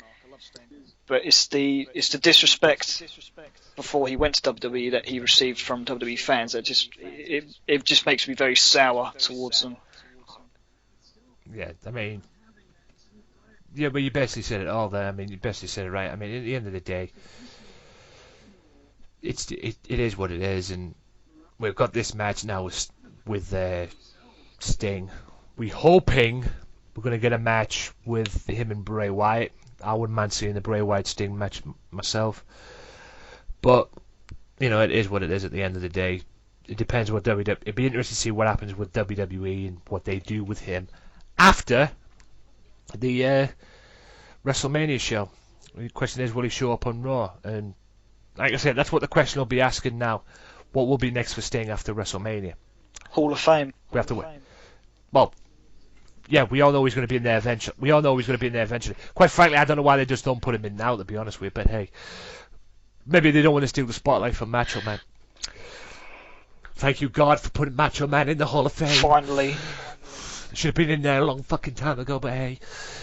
I mean, it's kind of an NWO thing as well with the match with the Hall of Fame, because Kevin Nash is in it as well. Oh yeah, I forgot about that. Yeah, congratulations to Kevin Nash. Shout out to Kevin Nash. Sweet! I wonder how long it'll take for him to get to the podium before he does something to his calf. I was waiting for See? a quad. I was waiting for a quad joke. Yeah. Roxy I was said too it right, quick on the draw. Oh, right when he got inducted, I said, well, he heard he got inducted, he tore his quad. Yeah. But since we're on this subject, I mean, isn't it a bit weird that they inducted Scott in as Razor Ramon and they basically inducted him as Kevin Nash? Yeah. I mean, because they weren't going to induct him as Scott Hall because that was a WCW idea, but for Kevin Nash just going as Kevin Nash and not Diesel is a bit weird. Yeah, I think that they'll probably induct the NWO as the NWO, though. Eventually. I'll hopefully they'll do that, but I can see why they've done it with Kevin Nash, because see, what people don't understand is Kevin Nash had a stint run as Kevin Nash in WWE back in the day, in about 2003 time. Yeah. Oh, yeah. I remember that.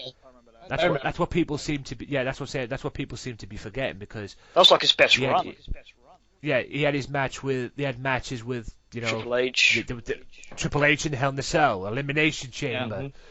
You know, facing Triple H in Hell in a Cell in England and that, and all these other ones. Even a stupid hair versus hair match with him and Chris Jericho, which was the most pointless thing ever, because we all know who was going to eventually lose that match. I mean, Kevin Nash didn't look any good when he had his. Well, hair Kevin cut. Nash was going to go off and do the Punisher movie, so he was definitely losing. Yeah.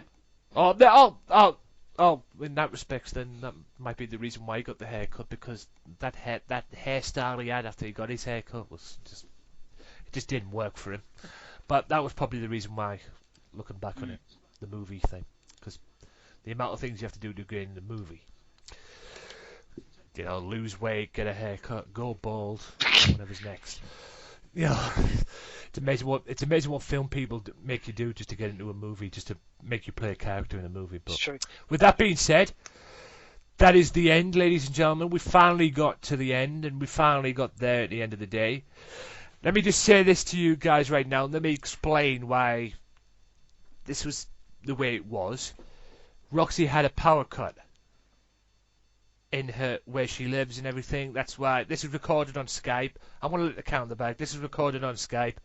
Roxy had a power cut, and that's why the connection was lost. So we eventually got her back. Sorry if this took a little bit of a boredom towards you, because we, you know, a repetitive kind of mode to you. But hey, that's the way it is on the Wrestling Matters podcast. I'm all about equal opportunity. Okay, I'm not like other people and other shows like that. They just go on without. Understand this time constraints and that, but I want people to come on this show and have an even playing field. Even playing field. I want people to say their pieces. I basically want people to finish what they started. They come on this show, they finish it. Okay? It's as simple as that. That's how I roll on this show, goddammit. Now, with that being said, I'm going to go to a quick break, and then after that I'm going to talk about NXT, Smackdown, and all these, and Ring of Honor and ICW and that. I'm not going to do, ladies and gentlemen, my normal pipe bomb, you know, talk about views and opinions in the world of wrestling. I'll save that. I think that might have a couple of weeks off, to be honest with you, considering the schedule that I've got, because I've got ICW, Ring of Honor, NXT, Smackdown, like I say, and then I've got part one of an interview with Massimo Italiano as well. So my usual views and opinions in the world of professional wrestling will have to stand out for another day, or maybe another couple of weeks, I don't know, depending on what I've got, because I've got a lot of things going on the Wrestling Matters podcast, and that's the way I like it. So with that being said, I'm going to go to a commercial break, but before that we're going to say goodbye to our guests, which is Offshoot Radio. Say goodbye to the Queen of Heels herself, Miss Roxy. See you guys. James Belmont, thank you for coming on the show, and trust me, brother, this will not be the last time you will be on the show. You will be back when I can get you on, to be honest with you. But you'll be back very, very soon, no doubt. Good to know. Thanks for having the Offshoot team on here today. Well, -1, Chad Broughton's not here today. It's a big up, Hey. Chad Broughton. Can I do one thing before I go? Just in certainly honor can. of Sting being in WrestleMania. Woo! There you go. And, of course, yes, we also say goodbye to my Friendly rival? friendly rival, yes. And the guy that beat me, and I still can't get over that. And I will get my revenge on that beat the clock thing. That was the whole thing. The irony about that was, guys, the whole thing was my idea. I pitched it to Kenny. I said, let's have everybody, I challenge anybody, anytime, anywhere, any place in the beat the clock tournament. Kenny took it and created the beat the clock tournament itself. And look what happened. I get eliminated first round by Mike because of my stupidity. Not only by me, but half asleep me. Yeah. Yeah, it was like Yeah, 6 it was a.m. or something. Yeah, he was half asleep as well. Can you He was imagine half what it'd asleep. be like if he was on full steam? My God. Man, Yeah. I would have won that entire thing. I'm calling it now. Yeah. And if I remember correctly, you were a replacement for Yes, yeah. somebody. Yeah, Kenny came to me and said that someone couldn't be on. I can't remember. I said someone couldn't be on, and he asked me if I wanted to go on, and I said, sure, Yeah. why not? Yeah, What? I actually remember. I to be honest with you, I have a very good memory because I actually remember who it was. So do I. And not to bring. It's been a while, so I don't remember. Again, I was half was asleep all- that day, too, so... It was Big Evil. That's It right. was someone I used to be engaged to, yeah. Yes. It was Chris, that's right. Yeah. Chris. Yeah. I didn't even know And, that. At least he couldn't someone make was it. awake in America. Yeah. He couldn't make it due to work commitments. That's right. So That's right, I'm remembering. they got you in. They got you instead, and And you ended up losing as a result. Yes! Yeah. Yes! Yes! No, I tell you how I ended up losing, James. I tell you why. Because the Kenny asked, it was 8-all overall, and Kenny asked a question: where is Rob Van Dam from? Oh, I Battle said Creek, Oh, Detroit, yeah, Michigan. Battle Creek, Michigan. Yeah. I said remember. Detroit. Why did you say Detroit? This thing. Because I'm retarded. That's why. because I'm retarded. And I just... You took on the smartest dude in the room. That's what happened. Yep, that's what happened. The boom, smartest yeah. dude in the room. How you doing? Yeah. And for that one time and one time only, I turned retarded. So and it still haunts me to this day, but by God, I will have my revenge. But with that being said, ladies and gentlemen, that is it from this. I will be back after this with NXT main points and review points and whatever points I can get into there. It was only a 2-match show this week, but still it was good nonetheless, because it captivated with the NXT Championship match. But more on that after this. But with that being said, say goodbye, guys. Hi. See you That's on just Pitch this, and folks. Yep. And until then, we'll be back after this with NXT. Peace.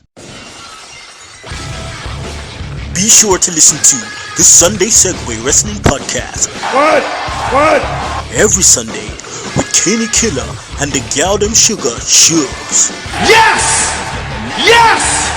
With all the news, views, and laughter that you want. They like jet airplanes. Woo! They like long limousines.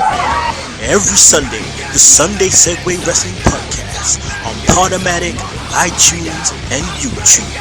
So why don't you choke on that, slap nut? Welcome back, ladies and gentlemen, to the Wrestling Matters podcast, and a big, huge thank you to Offshoot Radio, Roxy, and James Belmont as well. Thank you so much for coming on, guys. Members of Offshoot Radio, along with, yes, my friendly rival, whatever the hell you want to call him, Mr. President himself, the one and only Michael Rodriguez. And now, be sure to follow them on Twitter, guys, at Offshoot Radio for the show's the podcast is Twitter page. Well, that's a mouthful.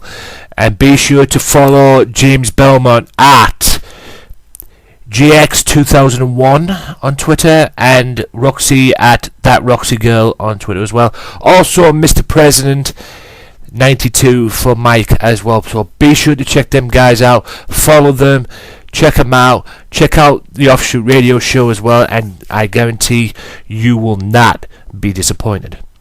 Right, with that being said, ladies and gents, without further ado, let us do the NXT review. Now, 2 matches were on this show. and they were both title matches. So we'll get right into it. NXT kicked off this week with Alexa Bliss one-on-one with Sasha Banks for the NXT Women's Championship. This was because of what happened the week before, because Bliss beat Banks by count-out in her hometown. Match kicked off, match started, advantage Bliss early on. She tried to end the match early. Banks takes control, begins to dominate, hits a double knees to the goat, which is her laying in the second turnbuckle position. She lays across with a, like what Shawn Michaels used to do, and then Banks just goes near him, jumps up, and just drives the knees right in the gut. It's a deadly move. Sasha controlling Bliss, grounding her on the mat. She just grounds her, slows the pace down, slows it to her pace. Bliss gets near falls, sending Banks outside. She got some near falls in as well. She didn't not as well as she did the previous week, but it was kind of even. I mean, this could have been a match on a mega show. A mistake by Bliss, and unfortunately, Banks makes a tap. Yeah, she made one mistake on the turnbuckle. Banks just grabbed out of her and put her finishing move on and tapped out. So, will this be a sign? Because, like I said, there's a word around has it that Sasha will be getting called up to the main roster, and it'll be interesting to see who she drops the belt to. Question is, will it be Alexa Bliss that she drops the belt to? I don't know, but it is what it is. But we have to wait and see. I hope it's someone of that caliber, but will Sasha be around for when NXT breaks off and beats its own brand? I hope so. Because I'll tell you right now, she wants to stay in NXT considering the state of the Divas division. Anyway, Kevin Owens is backstage and he sends a message to Finn Balor.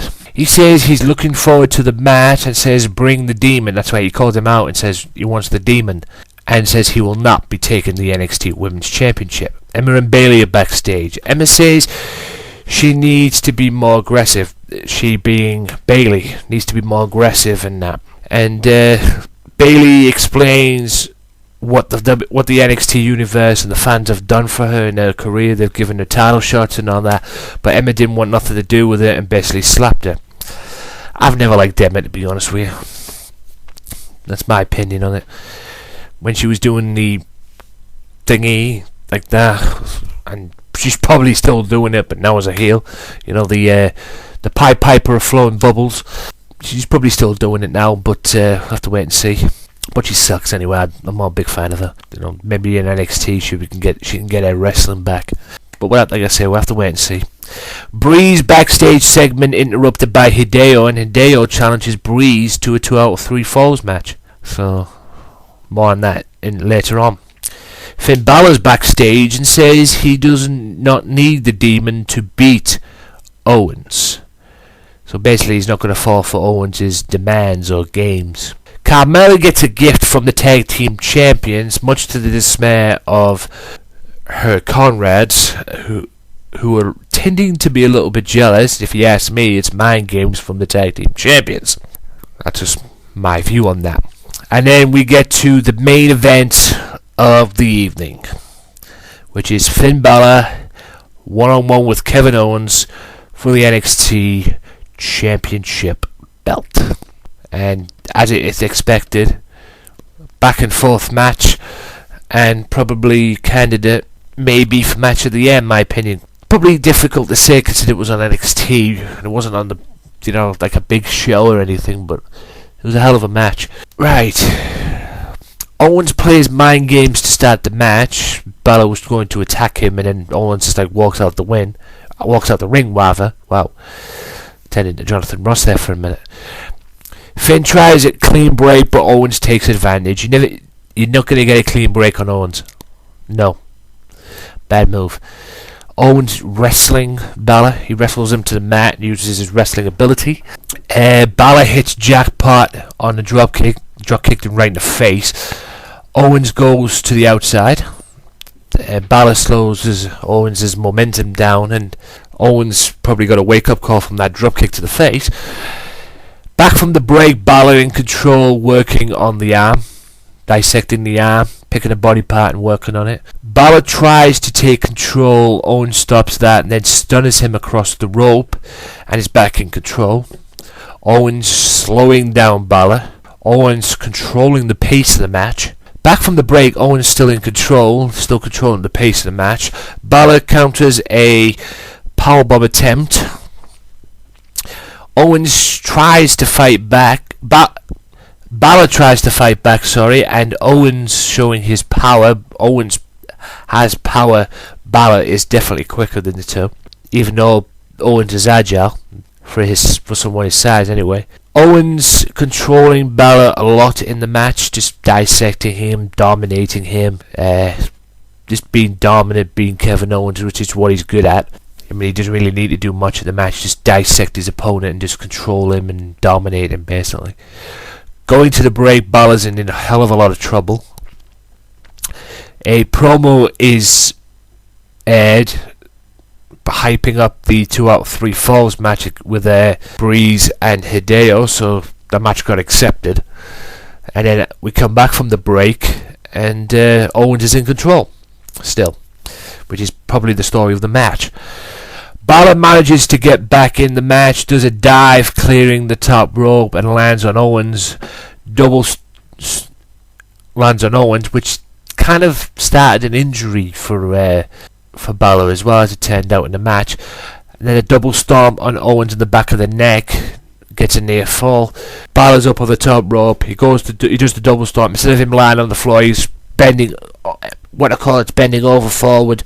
Owens is bending over forward and nearly breaks him in half. Balor in control. It's a back and forth match, no doubt. Reverse DDT slam gets a near fall for Balor. Balor mistake. Owens starts to work on the knee. He just one mistake. I think Balor went for his traditional drop kick, but Owens moved out the way and Balor hit his knee on the turnbuckle, which didn't help matters. And like the shark smelling blood, Owens looks to dissect on it. A senton on knee and then a Boston Crab. Balor's in a hell of a lot of trouble. That's right, he did a senton on the knee and then turned it into a Boston Crab, and like I said, Balor was in a hell of a lot of trouble. Balor got Owens rocking, looks for a suplex, but Owen counters it into one of his own. Balor's going for a superplex and gets a near fall as well. Balor's going for a superplex and just Owens, for some strange reason, and I don't know how he did it, he got up and did a suplex of his own and turned it in like a brainbuster move as well. Normally you would do a front suplex in the position that Owens was in, but he picked it up and just switched it around into a suplex. It was so good. And it got an NXT chant too. And apart from the crowd, Balor using kicks a lot. He's shown he was the master of the kicks. Chop block by Owens, a cannonball, his traditional cannonball, and then Owens gets a cannonball again, and this time he cannonballs the leg of Balor, tries it again but misses, and then Balor hits a drop kick, and Balor hits double stomps but holds his leg afterwards, feeling the effects of the injury that was caused in the match, and then Owens takes advantage with the lift up powerbomb and gets the win and retains the NXT Championship, which is a 5-star show actually, because I actually really enjoyed. I've actually joined NXT a lot lately, man, which is a thing of beauty in itself, considering what the main roster's like. But yeah, hell of a match of the year candidate, I'm sure. Considering it was on the 60-minute show and it wasn't like on a big NXT mega show, but yeah, I enjoyed it, and Balor showed a lot of heart, but Kevin Owens proves that he's the most dominant player in NXT right now as the NXT champion. Question is, who can take that belt from him? Be interesting to see. Maybe Hideo. I'd like to see Hideo have a go. But next week he'll be facing Tyler Breeze, Mr. Gorgeous himself, in a 2 out of 3 falls match, which should be epic. Will it top this match? We'll wait and see. But with that being said, ladies and gentlemen, like I said, 5-star rating for NXT. And with that being said, ladies and gentlemen, I'll be back after this little timeout with the Smackdown main point, so stay tuned. If you like the Wrestling Matters podcast, why not check out the Wrestling Matters podcast Facebook fan page at www.facebook.com/WM podcast. Wrestling Matters, wrestling fans. Welcome back, ladies and gentlemen, to the Wrestling Matters podcast. And without further ado, we're going to talk about Smackdown. And also, you know what? We're going to shot in TNA as well. So without further ado, let's get to Smackdown.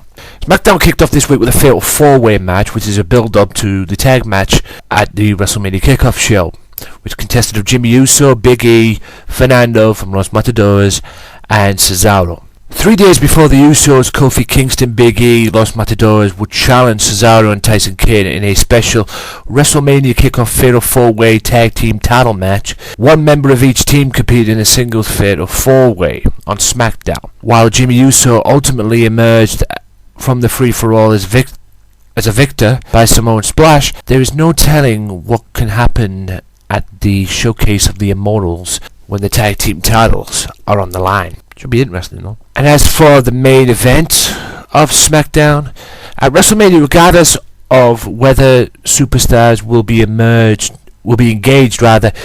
in seemingly insurmountable singles contest or fighting for survival in the Andre the Giant Memorial Battle Royal, momentum will be absolutely critical. It was that vein at 8 of WWE's most high-profile superstars battled in SmackDown's main event. With all our bedlam overtook the height of the contest, the combined assault of Roman Reigns and Mark Henry on their fierce opposition paved the way for John Cena to hit with the attitude adjustment and Daniel Bryan to finish off with the running knee to get the victory on the world's largest athlete. Now, like I say, it'll be interesting to see what happens at WrestleMania. As you can call that the preview show of SmackDown for the WrestleMania. Now, it brought to my attention this week, as we probably heard, that, as you well know, that Sting, TNA have released a Best of Sting DVD. That's probably their WrestleMania. And it's good business as well. Make the most of what Sting was in TNA. Now, Impact Wrestling this week kicked off with the 6 sides of steel surrounding the ring, and Jim Storm delivering a warning to Jeff Hardy with a Revolution in tow. Rockstar Spud and Low-Ki faced each other, which was going to happen anyway because of what happened last week with Rockstar Spud beating Low-Ki after what happened when Austin Aries literally laid him out and he cashed in his Beast of Fire briefcase. Low-Ki uses his experience to catch Spud off guard with 2 well-placed kicks to the knee. Spud is on the defensive against the rapidly striking, kicking Low-Ki. Rockstar's comeback is caught by a stiff headbutt and a stiff uppercut. Low-Ki double storms Spud in the abdominals, but he takes too much time as the referee begins to count out Spud on. Spud regroups with Fury back with series of lefts and a tornado DDT to go on top. MVP distracts the referee and Kenny King distracts Spud, preventing an underdog. Low-Ki takes a cheap shot to the back of Spud's head, but distraction from Drew Galloway allows Spud to secure the roll-up win. Speaking of Drew Galloway, MVP gives Drew Galloway an ultimatum to come face-to-face with the BDC or watch some of his fans get slapped around. Galloway says MVP must think he's either the dumbest or toughest man alive. He claims to be a little of both. Galloway says he's going to stand up for the fans of professional wrestling and professional wrestling itself. He says the fans are the voice of wrestling. Galloway surveys the crowd about their desires for professional wrestling. They cheer against being told what to do and for the desire to see competitive matches. Galloway says he is an arena willing to stand up. Kenny King says Galloway won't be able to stand up after the beating he'll suffer from at the hands of the BDC. Galloway rushes into the ring alongside 2 unnamed men. Together, the Rising clears the ring and sends the BDC to the back, and Galloway introduces the Rising to the fans. So it'll be interesting to see what happens as well. And tune in tonight at 9 p.m. on ICW On Demand. Will Galloway retain the ICW World Heavyweight Championship against Joe Coffey? Guess you'll find out tonight, which was on yesterday as well. So, be interesting to see what happens. Everybody wants a shot at the championship. The championship being Kurt Angle's World Heavyweight title. Now, EC3 declared his intentions. Bobby Roode declared his intentions. I'm sure Bobby Lashley wants a crack at his rematch. Austin Aries came out and reminded Kurt that he's got the Feast of Fight briefcase. Kurt says if you want to cash it in, that's okay. Kurt didn't back down. He doesn't care who it is. He'll fight anyone. He doesn't back down. And then Eric Young was out as well. Ethan Carter III and Tyrus ended up winning a 6-man tag, an impromptu 6-man tag, which saw them beat Bobby Roode, Austin Aries, and Mr. Anderson, who will be next in line for Kurt Angle's world title. Now for the main event I'm going to talk about now, which is the 6 Sides of Steel Revenge, Jeff Hardy versus James Storm. Storm smashes a trash can over Hardy's head before the opening bell. Hardy stumbles around the ring as Storm connects with a few more stiff shots. Hardy battles back with a clothesline. Hardy mounts a bit of an offense, but before launching himself off a chair into Storm. The second time, Hardy misses and connects with the cage instead. Storm charges Hardy for the last call. Hardy counters. Storm then counters the Whisper in the Wind, sending Hardy crashing out to the mat. Storm, with a series of rights, sends Hardy falling face first into the trash can. Hardy attempts to come back, but Storm keeps him grounded by powering through him with a clothesline. Hardy counters the whip from Storm with a takedown dropkick to the face. Storm misses the second attempt, last call, and he's met with a twist of fate. Hardy flies with the Swanton Bomb, but Storm gets his knees up. Storm utilizes the shift in momentum to score and eye of the Storm. Storm connects with a face buster or face breaker and a backstabber. Storm finally lands the last call, but Jeff Hardy managed to kick out before 3. Storm pulls his cowbell from ringside. He misses the swing. Hardy drives him face first into the chair before connecting with Whisper in the Wind and a Swanton Bomb. Storm's out before 3 though. Storm hits a low blow before sending the cage to claim weapons from the ceiling. Hardy attacks with a trash can and 2 stiff kicks while hanging off the roof of the cage. Hardy follows up with a wild Frankenstein. Hardy smashes a trash can lid across Storm's face and clubs him with the cowbell. And then Jeff Hardy manages to climb back up the cage in front of Storm. Storm's underneath him, and then just manages to swing like if he's on a swing at the park. Swings across, and then splashes down and gets the 1, 2, 3 and gets his revenge on Storm. So what's next? I guess we'll have to find out this coming week on TNA. But with that being said, ladies and gentlemen, that is the end of the Smackdown main points and the TNA main talking points. Hope you've enjoyed that, and I'll be back after this with Ring of Honor. So stay tuned. Be sure to listen to the Wrestling Matters podcast each and every Monday, only on Mixcloud, iTunes, Stitcher Radio, YouTube, Podomatic, and SoundCloud. Wrestling Matters, wrestling fans, we talk about Monday Night Raw, we shoot the breeze, we pipe bomb, and we tell it like it is. Tune in each and every Monday for the Wrestling Matters podcast, where wrestling matters. Welcome back, ladies and gentlemen, to the Wrestling Matters podcast, and without further ado, let's get to Ring of Honor. Now, Ring of Honor this week was a really good 60-minute entertaining show for me. Bobby Fish kicked off this week with Roderick Strong. Now, the two got in the ring, great wrestling to start off, as it always is. It seems to every single match that has been played or being shown on Ring of Honor or anywhere, to be fact, always great wrestling, chain wrestling to start off. It was an even match so far after that. A great A great backbreaker move from Strong, gets a near fall. Strong in control as ROH goes to commercial break. Strong in total control of the match. Fish is in serious trouble. Strong using the experience that everybody knows he can use and everything. And Fish hits a great Falcon Arrow, gets a near fall, I think. Gorgeous moonsault by Fish, gets a near fall as well.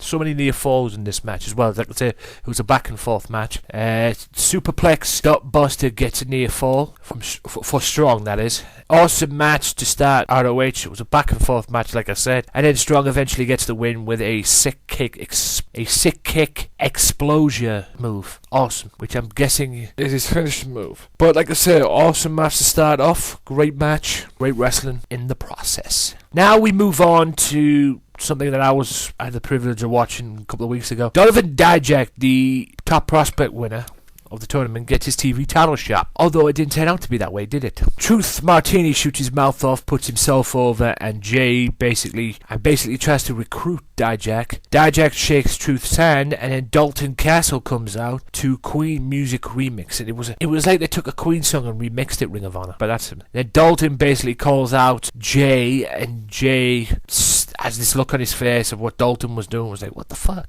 You know? And then Jay didn't want nothing to do with it. He was about to leave, and then Dalton turned around and went, "All right, if you won't wrestle me, I'll go and challenge Jay Briscoe, because he seems to be the real ROH champion around here." That pissed Jay off, and then Jay attacks from the start. Dalton in control as it goes to the break. Fight is on the outside. Dalton with a 619 Hurricane Rana move. Dalton using the champ as a ragdoll, basically just throwing him around like a ragdoll. Jay hits his trademark 3 dives on the outside to take back control of the match. Dalton is in very serious trouble as Jay uses the experience that he has of being the World Television Champion to take control. Dalton hits an overhead suplex, beautifully done. German suplex gets a near fall for Dalton. Dijak interferes in the match, hits Feast Your Eyes on Castle. Jay hits Lethal Injection, which is kind of what Tajiri used to do when he used to spring off the ropes and then bounce, land on his feet, and then do like an RKO move. And he gets the win with it and retains the Ring of Honor TV Championship. Speaking of championships, the main event was Jay Briscoe versus Jimmy Jacobs for the ROH Championship. A quick start to the match, a brawl back and forth. Jacob dives through the second rope. It's a fight. Jacobs climbs on the guardrail, hits a diamond cutter, which is an RKO, on the outside as ROH goes to break. Back from the break, Jacobs gets a near fall. Back and forth fight. It was a fight. Jay Briscoe hits a DVD. Jay hits 5 kicks, a roaring elbow and a neck breaker to get a near fall. Jimmy hits a spear to get a near fall. Jimmy hits a sliced bread off the top rope, gets a near fall. Jimmy starts to have doubts and everything, and then really, in a way, comes to his senses. Gets back in the ring, hits a diamond cutter, sliced bread, spear combo. Then Jimmy gets a chokehold that doesn't work. Jay manages to hit the J Driller for the win. Apologies if you heard that there. And retains... Like I say, he gets the win and retains the World Television Championship. Correction, the World Heavyweight Championship. Sorry, I'm still thinking about the TV title match. And then Jimmy and Jay shake hands. And that was probably the last match for Jimmy Jacobs, because word has it, and it's already been signed, that he's going to the creative team of WWE. And trust me, if there's ever a place that needs to boost up their creative team, it's WWE, I don't mind telling you. But like I say, 5-star show all around. Really enjoyed Ring of Honor. And I've been doing that the past couple of weeks as well, which is very interesting for me and interesting for the show as well, because I can add it to the show. But with that being said, that is the end of the Ring of Honor review, and we'll take a little quick time out, and after this I will be bringing you the ICW review. So stay tuned for that. It's ICW episode 6, which is a Spacebar's special route. I almost said wrestle. Wow. But anyway, I'll be back after this. Be sure to listen to the Sunday Segway Wrestling Podcast. What? Every Sunday with Kenny Killer and the Galdem Sugar Shubs. Yes! With all the news, views, and laughter that you want. They like jet airplanes. Woo! They like long limousines. Every Sunday, the Sunday Segway Wrestling Podcast on Podomatic, iTunes, and YouTube. So why don't you choke on that, slap nut?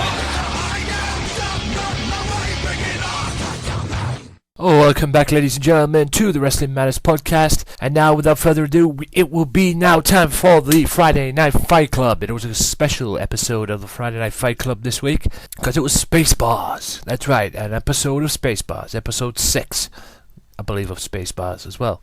And episode 6 of the Friday Night Fight Club.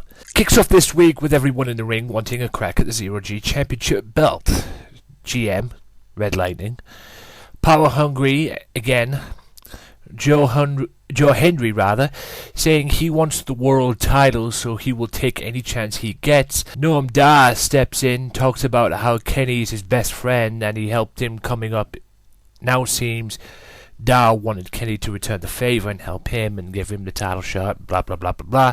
So Red Lightning books Hendry versus DCT. The winner gets a title shot at Kenny. And then comes out during a promo cut by Joe Coffey, interrupts him, saying that he wasn't going to be working on the announce table, saying that he didn't recall saying that he could and all that, yada yada yada, and books him against the Drew McIntyre number 2. That's right, Lewis Garvin. And the match kicked off. Chain wrestling to start the match. Garvin advantage, but it seemed even from what I was watching. Some great wrestling to start the match. Size advantage with Coffey. Butterfly suplex gets him a near fall. Power advantage is definitely with Coffey. Garvin grounding Coffey on the floor, slowing him down. A good dropkick by Garvin gets a near fall, grounding Coffey. He did this most of the match, mat wrestling. Garvin slowing down the pace of the match, keeping it to his pace and not letting Coffey get an ounce of breath. Where did I get that from? Coffey creates space to mount a comeback. A Hulkbuster Bulldog combo gets Coffey a near fall. The giant swing, Hulkbuster, Garvin stops it and gets a near fall. Even match, so it was so even. I mean, despite the advantages and Garvin slowing the pace down and everything, it was relatively even at that point. Garvin locks in a triangle hold. Coffey gets a rope break. The ref is a bit late to see it, but eventually does call it after the bell. I mean, he passed out. Referee rings the bell. And then eventually sees it and then waves it off. And then German from Coffey hits another one, then a clothesline, and gets a near fall from that. Hits a clothesline from Hell, his version of it, and Coffey gets the win. Then he sends a message not to write him off for his match against Drew Galloway, which was yesterday, March 29th, but is available tonight, ladies and gentlemen, on demand service at 9 p.m. UK time. So make sure you watch that, Barrowmania, 9 p.m. UK time, on the on-demand service. That's why you should be subscribed to the on-demand service. I've been saying this for weeks. The gate crashes are backstage, interrupted by Wee Man, and then the Bucky Boys jump the gate crashes, looking for payback after what the gate crashes did to Wee Man. But then the Wee Man's the gate crashes' lady friend, who Wee Man was hitting on last week, is in trouble because she's surrounded by Wee Man, and Wee Man attempts to, chat her up and everything. But then she proceeds to kick Wee Man where it hurts, basically between the legs. So basically, the Bucky Boys didn't do a very good job of that. Anyway, Warrior Rogers and Danny Rogers take on the gate crashers. Chain wrestling to start the match with a nice dropkick by Christopher Saint. Conrad showing great strength, the power of the two, I would say. A great double team wrestling by the Rogers. Beautiful double team wrestling. Roger looks impressive, controlling the match till Saint makes the tag. The fight back is on. A version of a slam sit out driver by Rogers, beautifully done by one of the Rogers. Anyway, breaking down the gate crashers, nail the party crasher, and the party's over and the crashers win. So two young tag teams there looking to make a name for themselves in the ICW tag team division, and I would imagine all over the shop as well. DCT preparing for his Zero-G Championship with Jackie Polo. And then the next match was Andrew Wild, the man known as Andy Wild, going one-on-one with David Devlin, better known as Yum Yum. Yum Yum starts the match with a dropkicking Wild in the corner. Wild slows him down till Yum Yum does a suicide dive, taking the fight to Andrew Wild. Advantage Yum Yum until Wild kick him in the face, belly-to-belly suplex by Wild. Wilde in control of the match, controlling Yum Yum on the mat, wrestling him down, slowing Yum Yum down too. Yum Yum in a lot of trouble, but gets the chance to hit a top rope dropkick and gets a near fall. Wilde hits the Wild Knight out for the win. So they're returning a new look, Andy Wilde. Will it be effective though? Will it get him back in the Zero G Championship? Because he's a former Zero G champion. Will it get back him in? Will it get him back in that picture? Now, Aspen Faith, shortly after that match ended, came out for his match against Solar. Chain wrestling to start the match, and very good stuff as well. And then Faith decides to break the fingers of Solar for some strange reason. You could hear it snap. Solar quickens the pace to his advantage and gets a near fall. Beautiful standing moonsault near fall by Solar. Follow-away slam into a suplex by Faith gets him a near fall.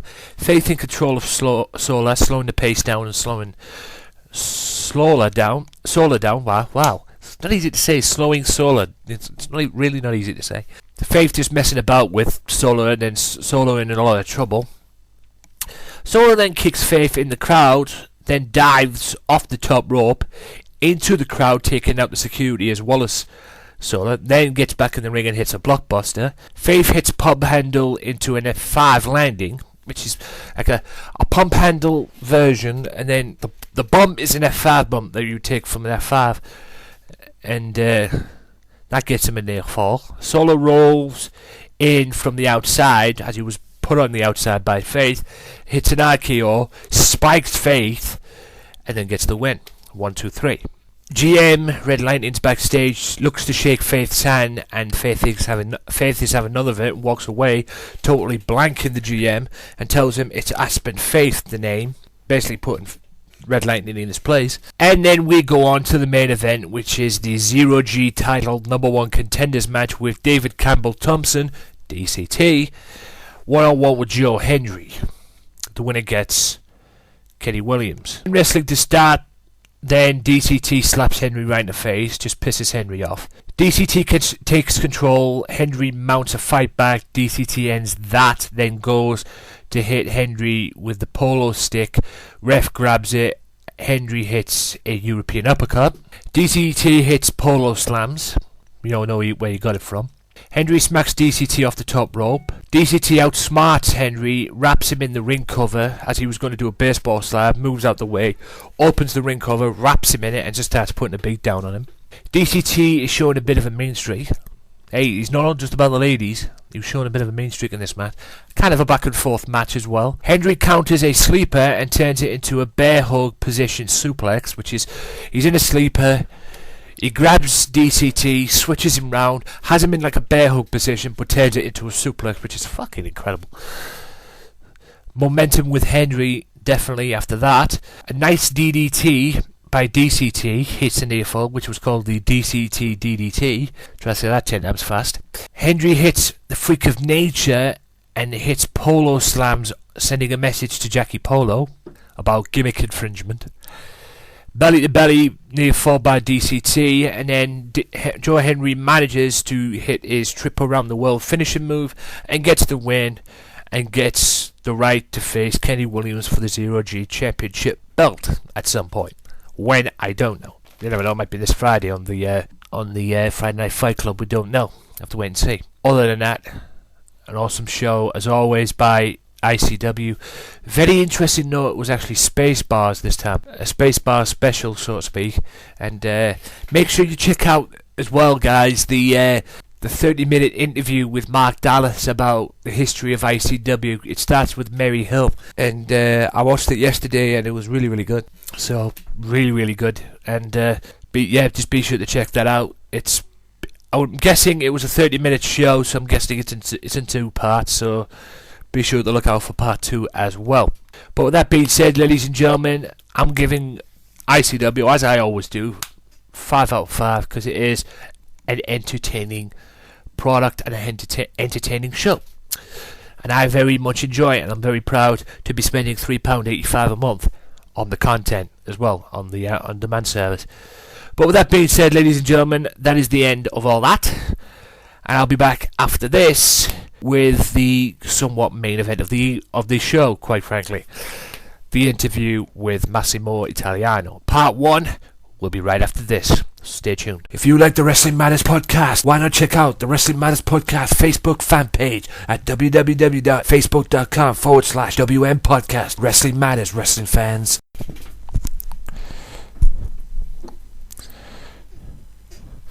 And welcome back to the final part of the Wrestling Matters podcast, ladies and gentlemen. Hope you've enjoyed this epic big show that I've got 1 week before the 1 year anniversary. Now it's time to finish up with the interview. Now, recently I did an interview with a wrestler, gentleman by the name of Massimo Italiano, a former soccer player turned professional wrestler. I did an interview with him, absolutely fascinating, and probably one of my favourite interviews because it was really, really good. I'm going to play part 1 for you right now.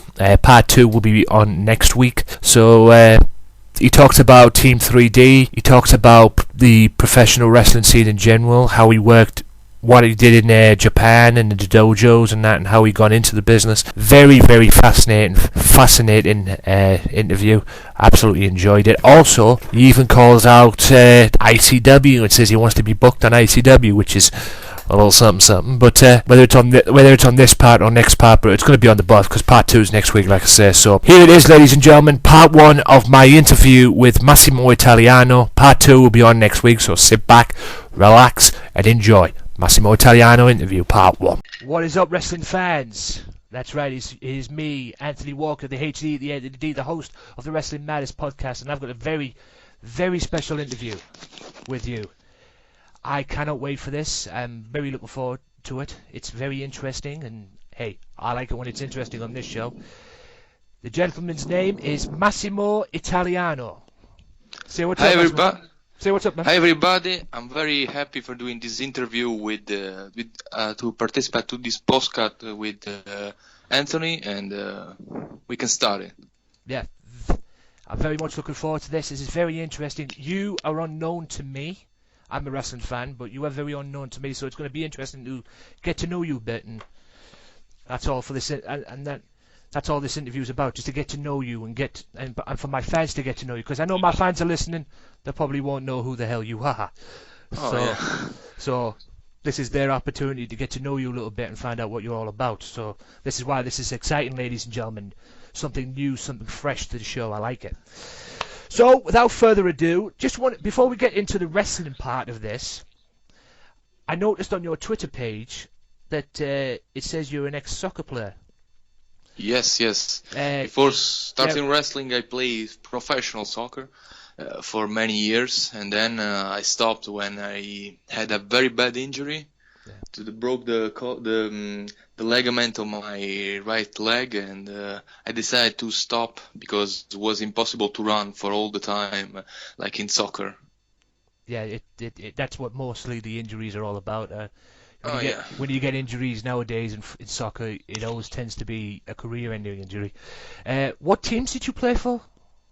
I played for the team in the place where I was living when I grew up.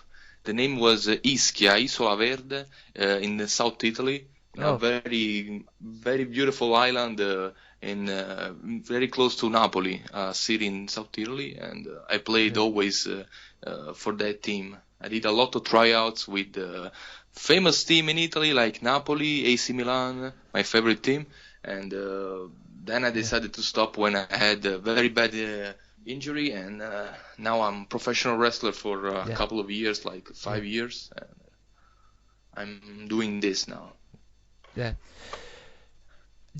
Were you a fan growing up?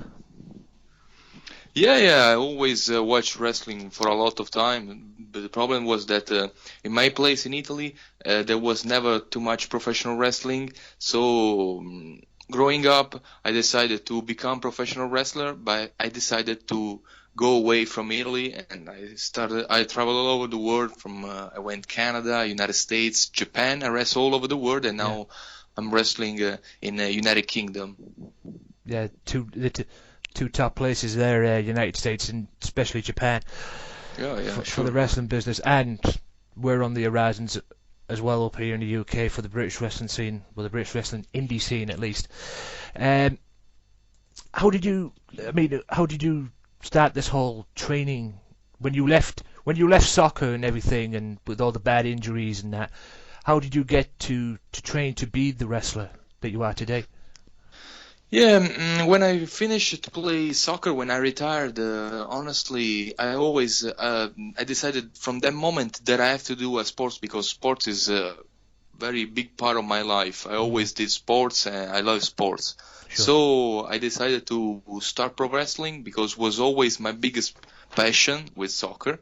And I started to do something in Italy, but the level was no good for me and for the ambition that I had for the sport, because my dream was always to do a sport, like a job in my life. Yeah. So I went in Canada. I trained for a lot of time in Canada.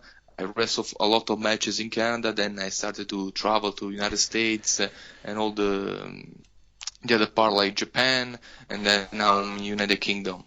So I started from Italy, and then I travel all over the world. Which is the best thing for it, especially when you're in the wrestling business.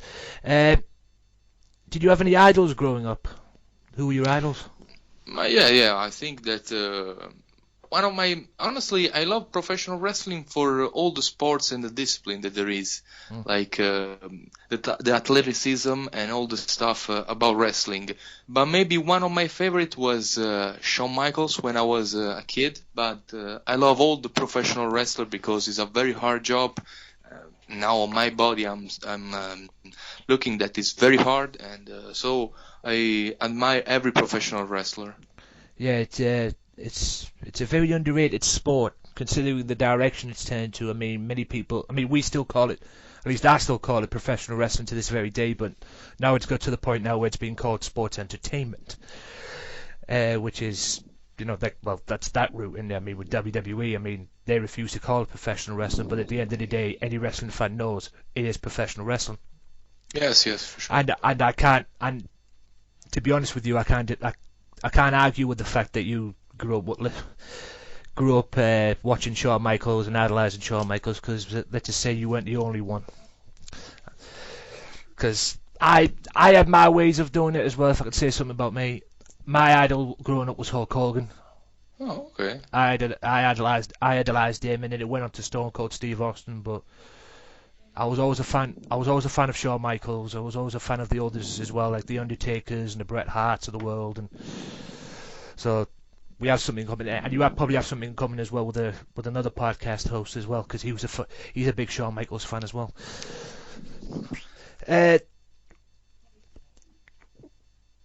Who have you worked with that you've enjoyed working with over the 5 years you've been a professional wrestler? Honestly, I never had a match that I didn't like the opponent. Maybe when I was in Japan, I wrestled with some of Japanese legends like Masato Tanaka, Ikuto Hidaka, or Shinjiro Otani, and for me it was a very big pleasure, and I always loved to do that matches. For example, some young guy that I faced that I think that was very, very good was a Chinese guy that was wrestled in Japan. His name is Jason Lee, and I enjoyed a lot our matches. I wrestled with him like a couple of matches, and I always loved to wrestle with him. Then United Kingdom, I wrestled not too many matches like in Japan, but one guy that I loved to wrestle all the time was Flying Ryan Griffin, and I hope to face him other times. Yeah, you always get the ones that you like, don't, when you step in the ring. You always get them ones that you want to get back in the ring with again because you enjoy working with them. Yeah, and Masato Tanaka as well, ECW legend. Yeah, sure. As well, an FMW legend as well. What promotions have you been in? Because you say you wrestled in the USA, you say you wrestled in Japan and the UK as well. What promotions have you been in? When I was in Japan, I wrestled for 01, and I wrestled also for... I debuted, my match of debut was in a show was 01 Onita Pro for my FMW anniversary 15 or 25 anniversary. I don't remember precisely. And when I was in the United States, I wrestled for some small promotion like I don't remember now the name precisely, but one of these was NWA Florida Underground, and I wrestled a lot of matches then when I was in Canada. In Canada, I wrestled for a promotion that I think that now there isn't anymore, was Square Circle Live. Then now is the evolution is called Super Kicked. They do a lot of shows with indie wrestler, very, very good, Ring of Honor superstars. And I wrestle a lot of for a lot of promotion. Yes, Ring of Honor as well. That's probably the hardest indie promotion in the US at the moment. Yeah. I think that Ring of Honor is one of the promotion that I like more, and now that I'm watching a lot. I'm watching a lot of Ring of Honor and Noah, Japanese promotion, because they have a very unique style that now I think professional wrestling is having an evolution, because in the 80s there was the gimmick era, and then there was the Stone Cold era and everything, and now I think that the fact that there are much more spots and everything in the matches is because there have to be an evolution in every kind of sports. Also, for example, in soccer before was very slower than now. For example, in Premier League they are very fast, much more than the other places. Like in Italy, they play slower but faster than the past. Yeah, I remember the beauty about, going off key with the wrestling stuff and everything, but the beauty about the football back in the day, especially in Italy. I used to watch. There used to be a program over here in the UK called Football Italia. Oh, yeah. Presenter Football Italia. They used to play like live matches every Sunday afternoon, and that was just a beauty for me, because I used to sit at home every Sunday afternoon, whether it was by myself or with my brother as well, and we used to sit and watch some of the greatest players of all time, some of the greatest players to ever exist in Italian football. Stuff, people like, I'll run through a few names: Giuseppe Signori, George Weah. Oh yeah. I grew up watching them. Yeah, Gianluca Vialli, Fabrizio Ravanelli, who eventually came to Middlesbrough as well, which was a shocking. Considering the team he played for at the time, and then he comes over to us, it's like, what? And then Del Piero as well, and my personal favourite, Roberto Baggio. Oh yeah, one of my favorite too. Oh my God, I mean, Brazil had Pelé, Italy had Roberto Baggio.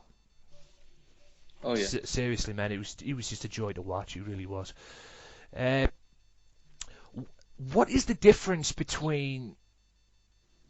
I mean, you talk about styles and everything. What is the difference between the Japan wrestling scene, the United States wrestling scene, and the UK wrestling scene, from your point of view? Yes, the Japanese style, honestly, when I arrived in Japan, I did like 1 month of very hard training, because you have to learn their style. Because Japanese style is a very strong style. It's a little different. They want less entertaining, but was very hard hitting, all about striking, much stronger, stiff. And so you have to learn a completely different style, how to stay inside the ring, and is a very unique style, I think, Japanese, and I love Japanese style. While, for example, in England, UK style, like we can see, there's very technical wrestling. There are awesome wrestlers that I saw here, and they are very good in the technique, all about chain wrestling. While, for example, United States, when I was wrestling in Italy, they copy the American style because it's the most famous. The American style, a lot of entertaining, but I think that is very similar to the UK style. While, for example, Japanese style is completely different to the American and the UK style. Yeah. But I think that if you love professional wrestling, you love all the styles. Then, for example, for me, I'm not very big fan of hardcore wrestling, but is a part of professional wrestling. Yeah, are you not that? I mean, why do you hate hardcore wrestling. What I mean, because there's a lot of people that hate hardcore wrestling. They think it's just all about the blood, the sweat, all the chairs and the barbed wires and all that. Going back to ECW, because ECW got criticized to a whole T. So why don't you like? I mean, what's your take on hardcore wrestling? Now you brought it up. No, honestly, if I can tell you one thing, that hardcore wrestling, is not my favorite kind of wrestling. Okay, Yeah. but for example, in ECW, they were good wrestlers too. There was awesome wrestler like Rob Van Dam. They was awesome. Masato Tanaka, they is phenomenal.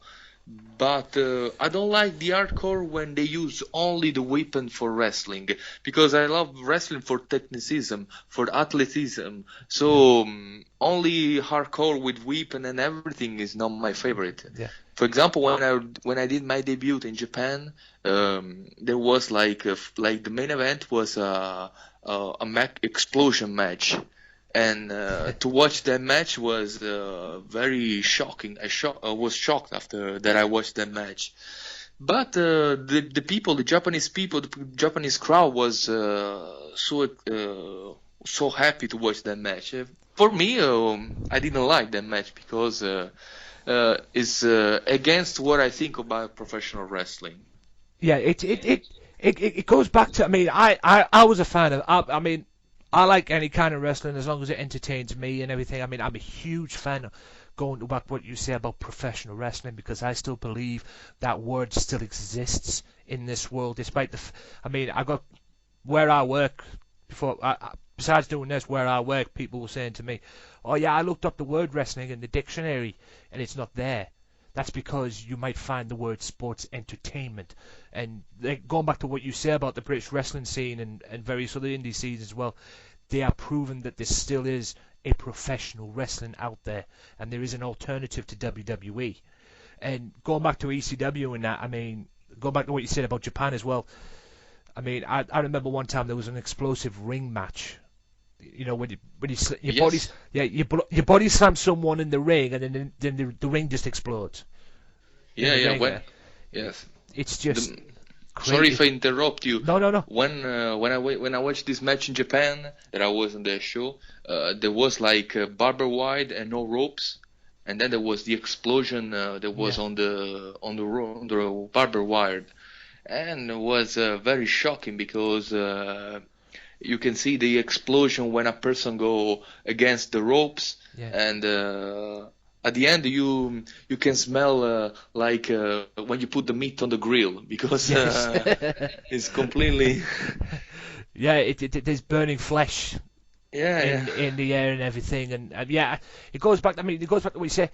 I mean, most of the stuff that ECW did. Like you talk about the barbed wires, and they did barbed wires matches as well. I mean, I think most of that stuff they got from Japan. I mean, I might be wrong in that situation as well. I mean, not to disrespect Paul Heyman, because Paul Heyman was a genius, but I might be wrong in that situation as well. But I mean, I remember one time in ECW they had a barbed wire match with Terry Funk and Sabu. Oh yeah. And they almost killed each other, quite frankly. And Paul Heyman was like, "No, we're not doing no more. That's the end of, after that one particular match, that was it." That was it on the barbed wire matches, and he was like, "Nope, no more barbed wire matches, no more. We're done. We're done for that." And then you never seen them barbed wire matches again. And they have these old hardcore matches, and sometimes it takes one mistake in a hardcore match to realize maybe you went too far. Oh yes, sure, completely. I think that you're right, because are very dangerous, the kind of matches. Oh, they are very dangerous. I mean, I always enjoy them personally, but there's always that element of sometimes where, one mistake can make you think, yeah, we won't be doing that again, kind of moments. Yeah, I mean, you talk about hardcore wrestling. Yes. Have you heard of a promotion called ICW? Yes, Insane Championship Wrestling? Yes. Yes, I went last week to watch the show. I watched the Spaceballs, and I watched the Fight Club episode, and I think that I love that kind of show because the crowd was fantastic, phenomenal. I received a lot of support from the fans because some of them watch my matches or on YouTube or some shows for the UK, and was a very, very good show. I enjoyed a lot. There were a lot of good wrestlers, and I think that they are. When I was there, my feelings. I look there. Sorry for my English sometimes. Yeah, I watched that. Looks like the ECW the 90s because the crowd was very, very good. Was very noisy. But the show was very, very good. I loved it to watch, and I hope to have a match next time or in the future for ICW because it was a very fantastic federation. Yeah. Mark Dallas, you heard that here first, ladies and gentlemen. Mark Dallas, if you're listening, you got somebody here if he wants to come. He wants to be a part of the hardest thing in UK. So, give him a call, man. I mean, you go back to what you say about technical wrestling, about the UK style and the UK style of wrestling and all about being so technical and that. I mean, I watched ICW episode 5, the Friday Night Fight Club, and I've watched all 5 episodes, in fact, and because I'm a subscriber to the ICW On Demand, and I plug ICW on my show, and I talk about them as well as Ring of Honor, and ICW, in my opinion, is how wrestling should be to this day, in my opinion, as well. I mean, it's all about wrestling should be all about fun. It should be going there and having a good time. It should be going there and enjoying a show that the people or the person or the promoter is putting on for you. Going there and having a good time and not caring about anything else. Just going to watch a good 2-hour, maybe 3-hour action-packed show. That's how it should be. And from what I've seen, at least from ICW, man, they have the time of their life. Man, I mean, they absolutely have the time of their life over there. And I'm like I said, I'm plugging them to come over here to Middlesbrough, to the UK. They do come over to the UK. They've had some UK tours. But I want them to stop in Middlesbrough so I can go and see a show because I'm dying to go and see an ICW show. They are so good. Yeah. Do you have any bad... I mean, since you became... like you say, you've been 5 years of pro wrestling now. During this 5-year period, has there been any bad times that has made you think, has brought you down a bit, or... has there been any times basically that you want to forget? No, honestly, I never had. I always loved wrestling, and I never had. I never think to stop from doing wrestling because it's my biggest passion. So I never had. Bad periods about professional wrestling, so now I can say that. What was your favorite match growing up? My favorite match, honestly, I watch. Because we all have our matches, guys, that we always talk about. At least I always do, at least. So, I mean, what was your favorite match growing up? I have about a ton. Me. Honestly, my favorite match. I don't know, because there are a lot of matches that I loved in my life. Maybe one that I like a lot was the Iron Man match between Shawn Michaels and Bret Hart of WrestleMania 12. Yeah. It was a very amazing match. Some other match that was very, very good. There was the matches of there was a WrestleMania, the TLC matches. Yeah. Where there was my trainers, the Dudley Boys, because I trained at the Team 3D Academy in Florida, and yes, I love the kind of matches, TLC, because there are a lot of good moves, a lot of spots, a lot of the people are always very happy after they see the matches because are very entertaining, the kind of matches. Yeah, they were very entertaining considering the teams that were in. I mean, Edge and Christian, the Hardy Boys, and your trainers team. Yeah, the Dudley Boys, Team 3D. I mean, the guys who I call the modern day Road Warriors. Legion of Doom to you people, if you didn't quite get that one. What was it like to train? Or what was it like to have the Dudley Boys train you? Honestly, the training at the Team 3D Academy was very, very hard. I think that between Japan was very, very hard too, but at Team 3D was the hardest training that I never had in my life, harder than soccer too, because was like 8-9 hours per day, every day, 5 days a week, and you not only train in wrestling, but you train in physical conditioning and everything. It is very, very hard. But honestly, I learned a lot from that school, and I'm very grateful to Devon, to Baba, and another trainer. There was a trainer over there. His name is Dan Carr. He is the creator of American Gladiator, the TV show that was in England too. Yeah. And honestly, it was very, very good because he trained you very, very good, very, very hard. And but after that, after when you finish to train from them, you can see that your body is become a machine, because you have always a very big stamina. You can do matches of 25 minutes without problems.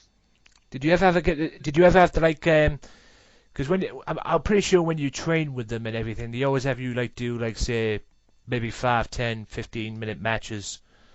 You know, as part of the whole thing, they always put you with somebody and they say, "Hey, you two do a match or something." Did you ever have to step in the ring with them and have them put a beating on you or something?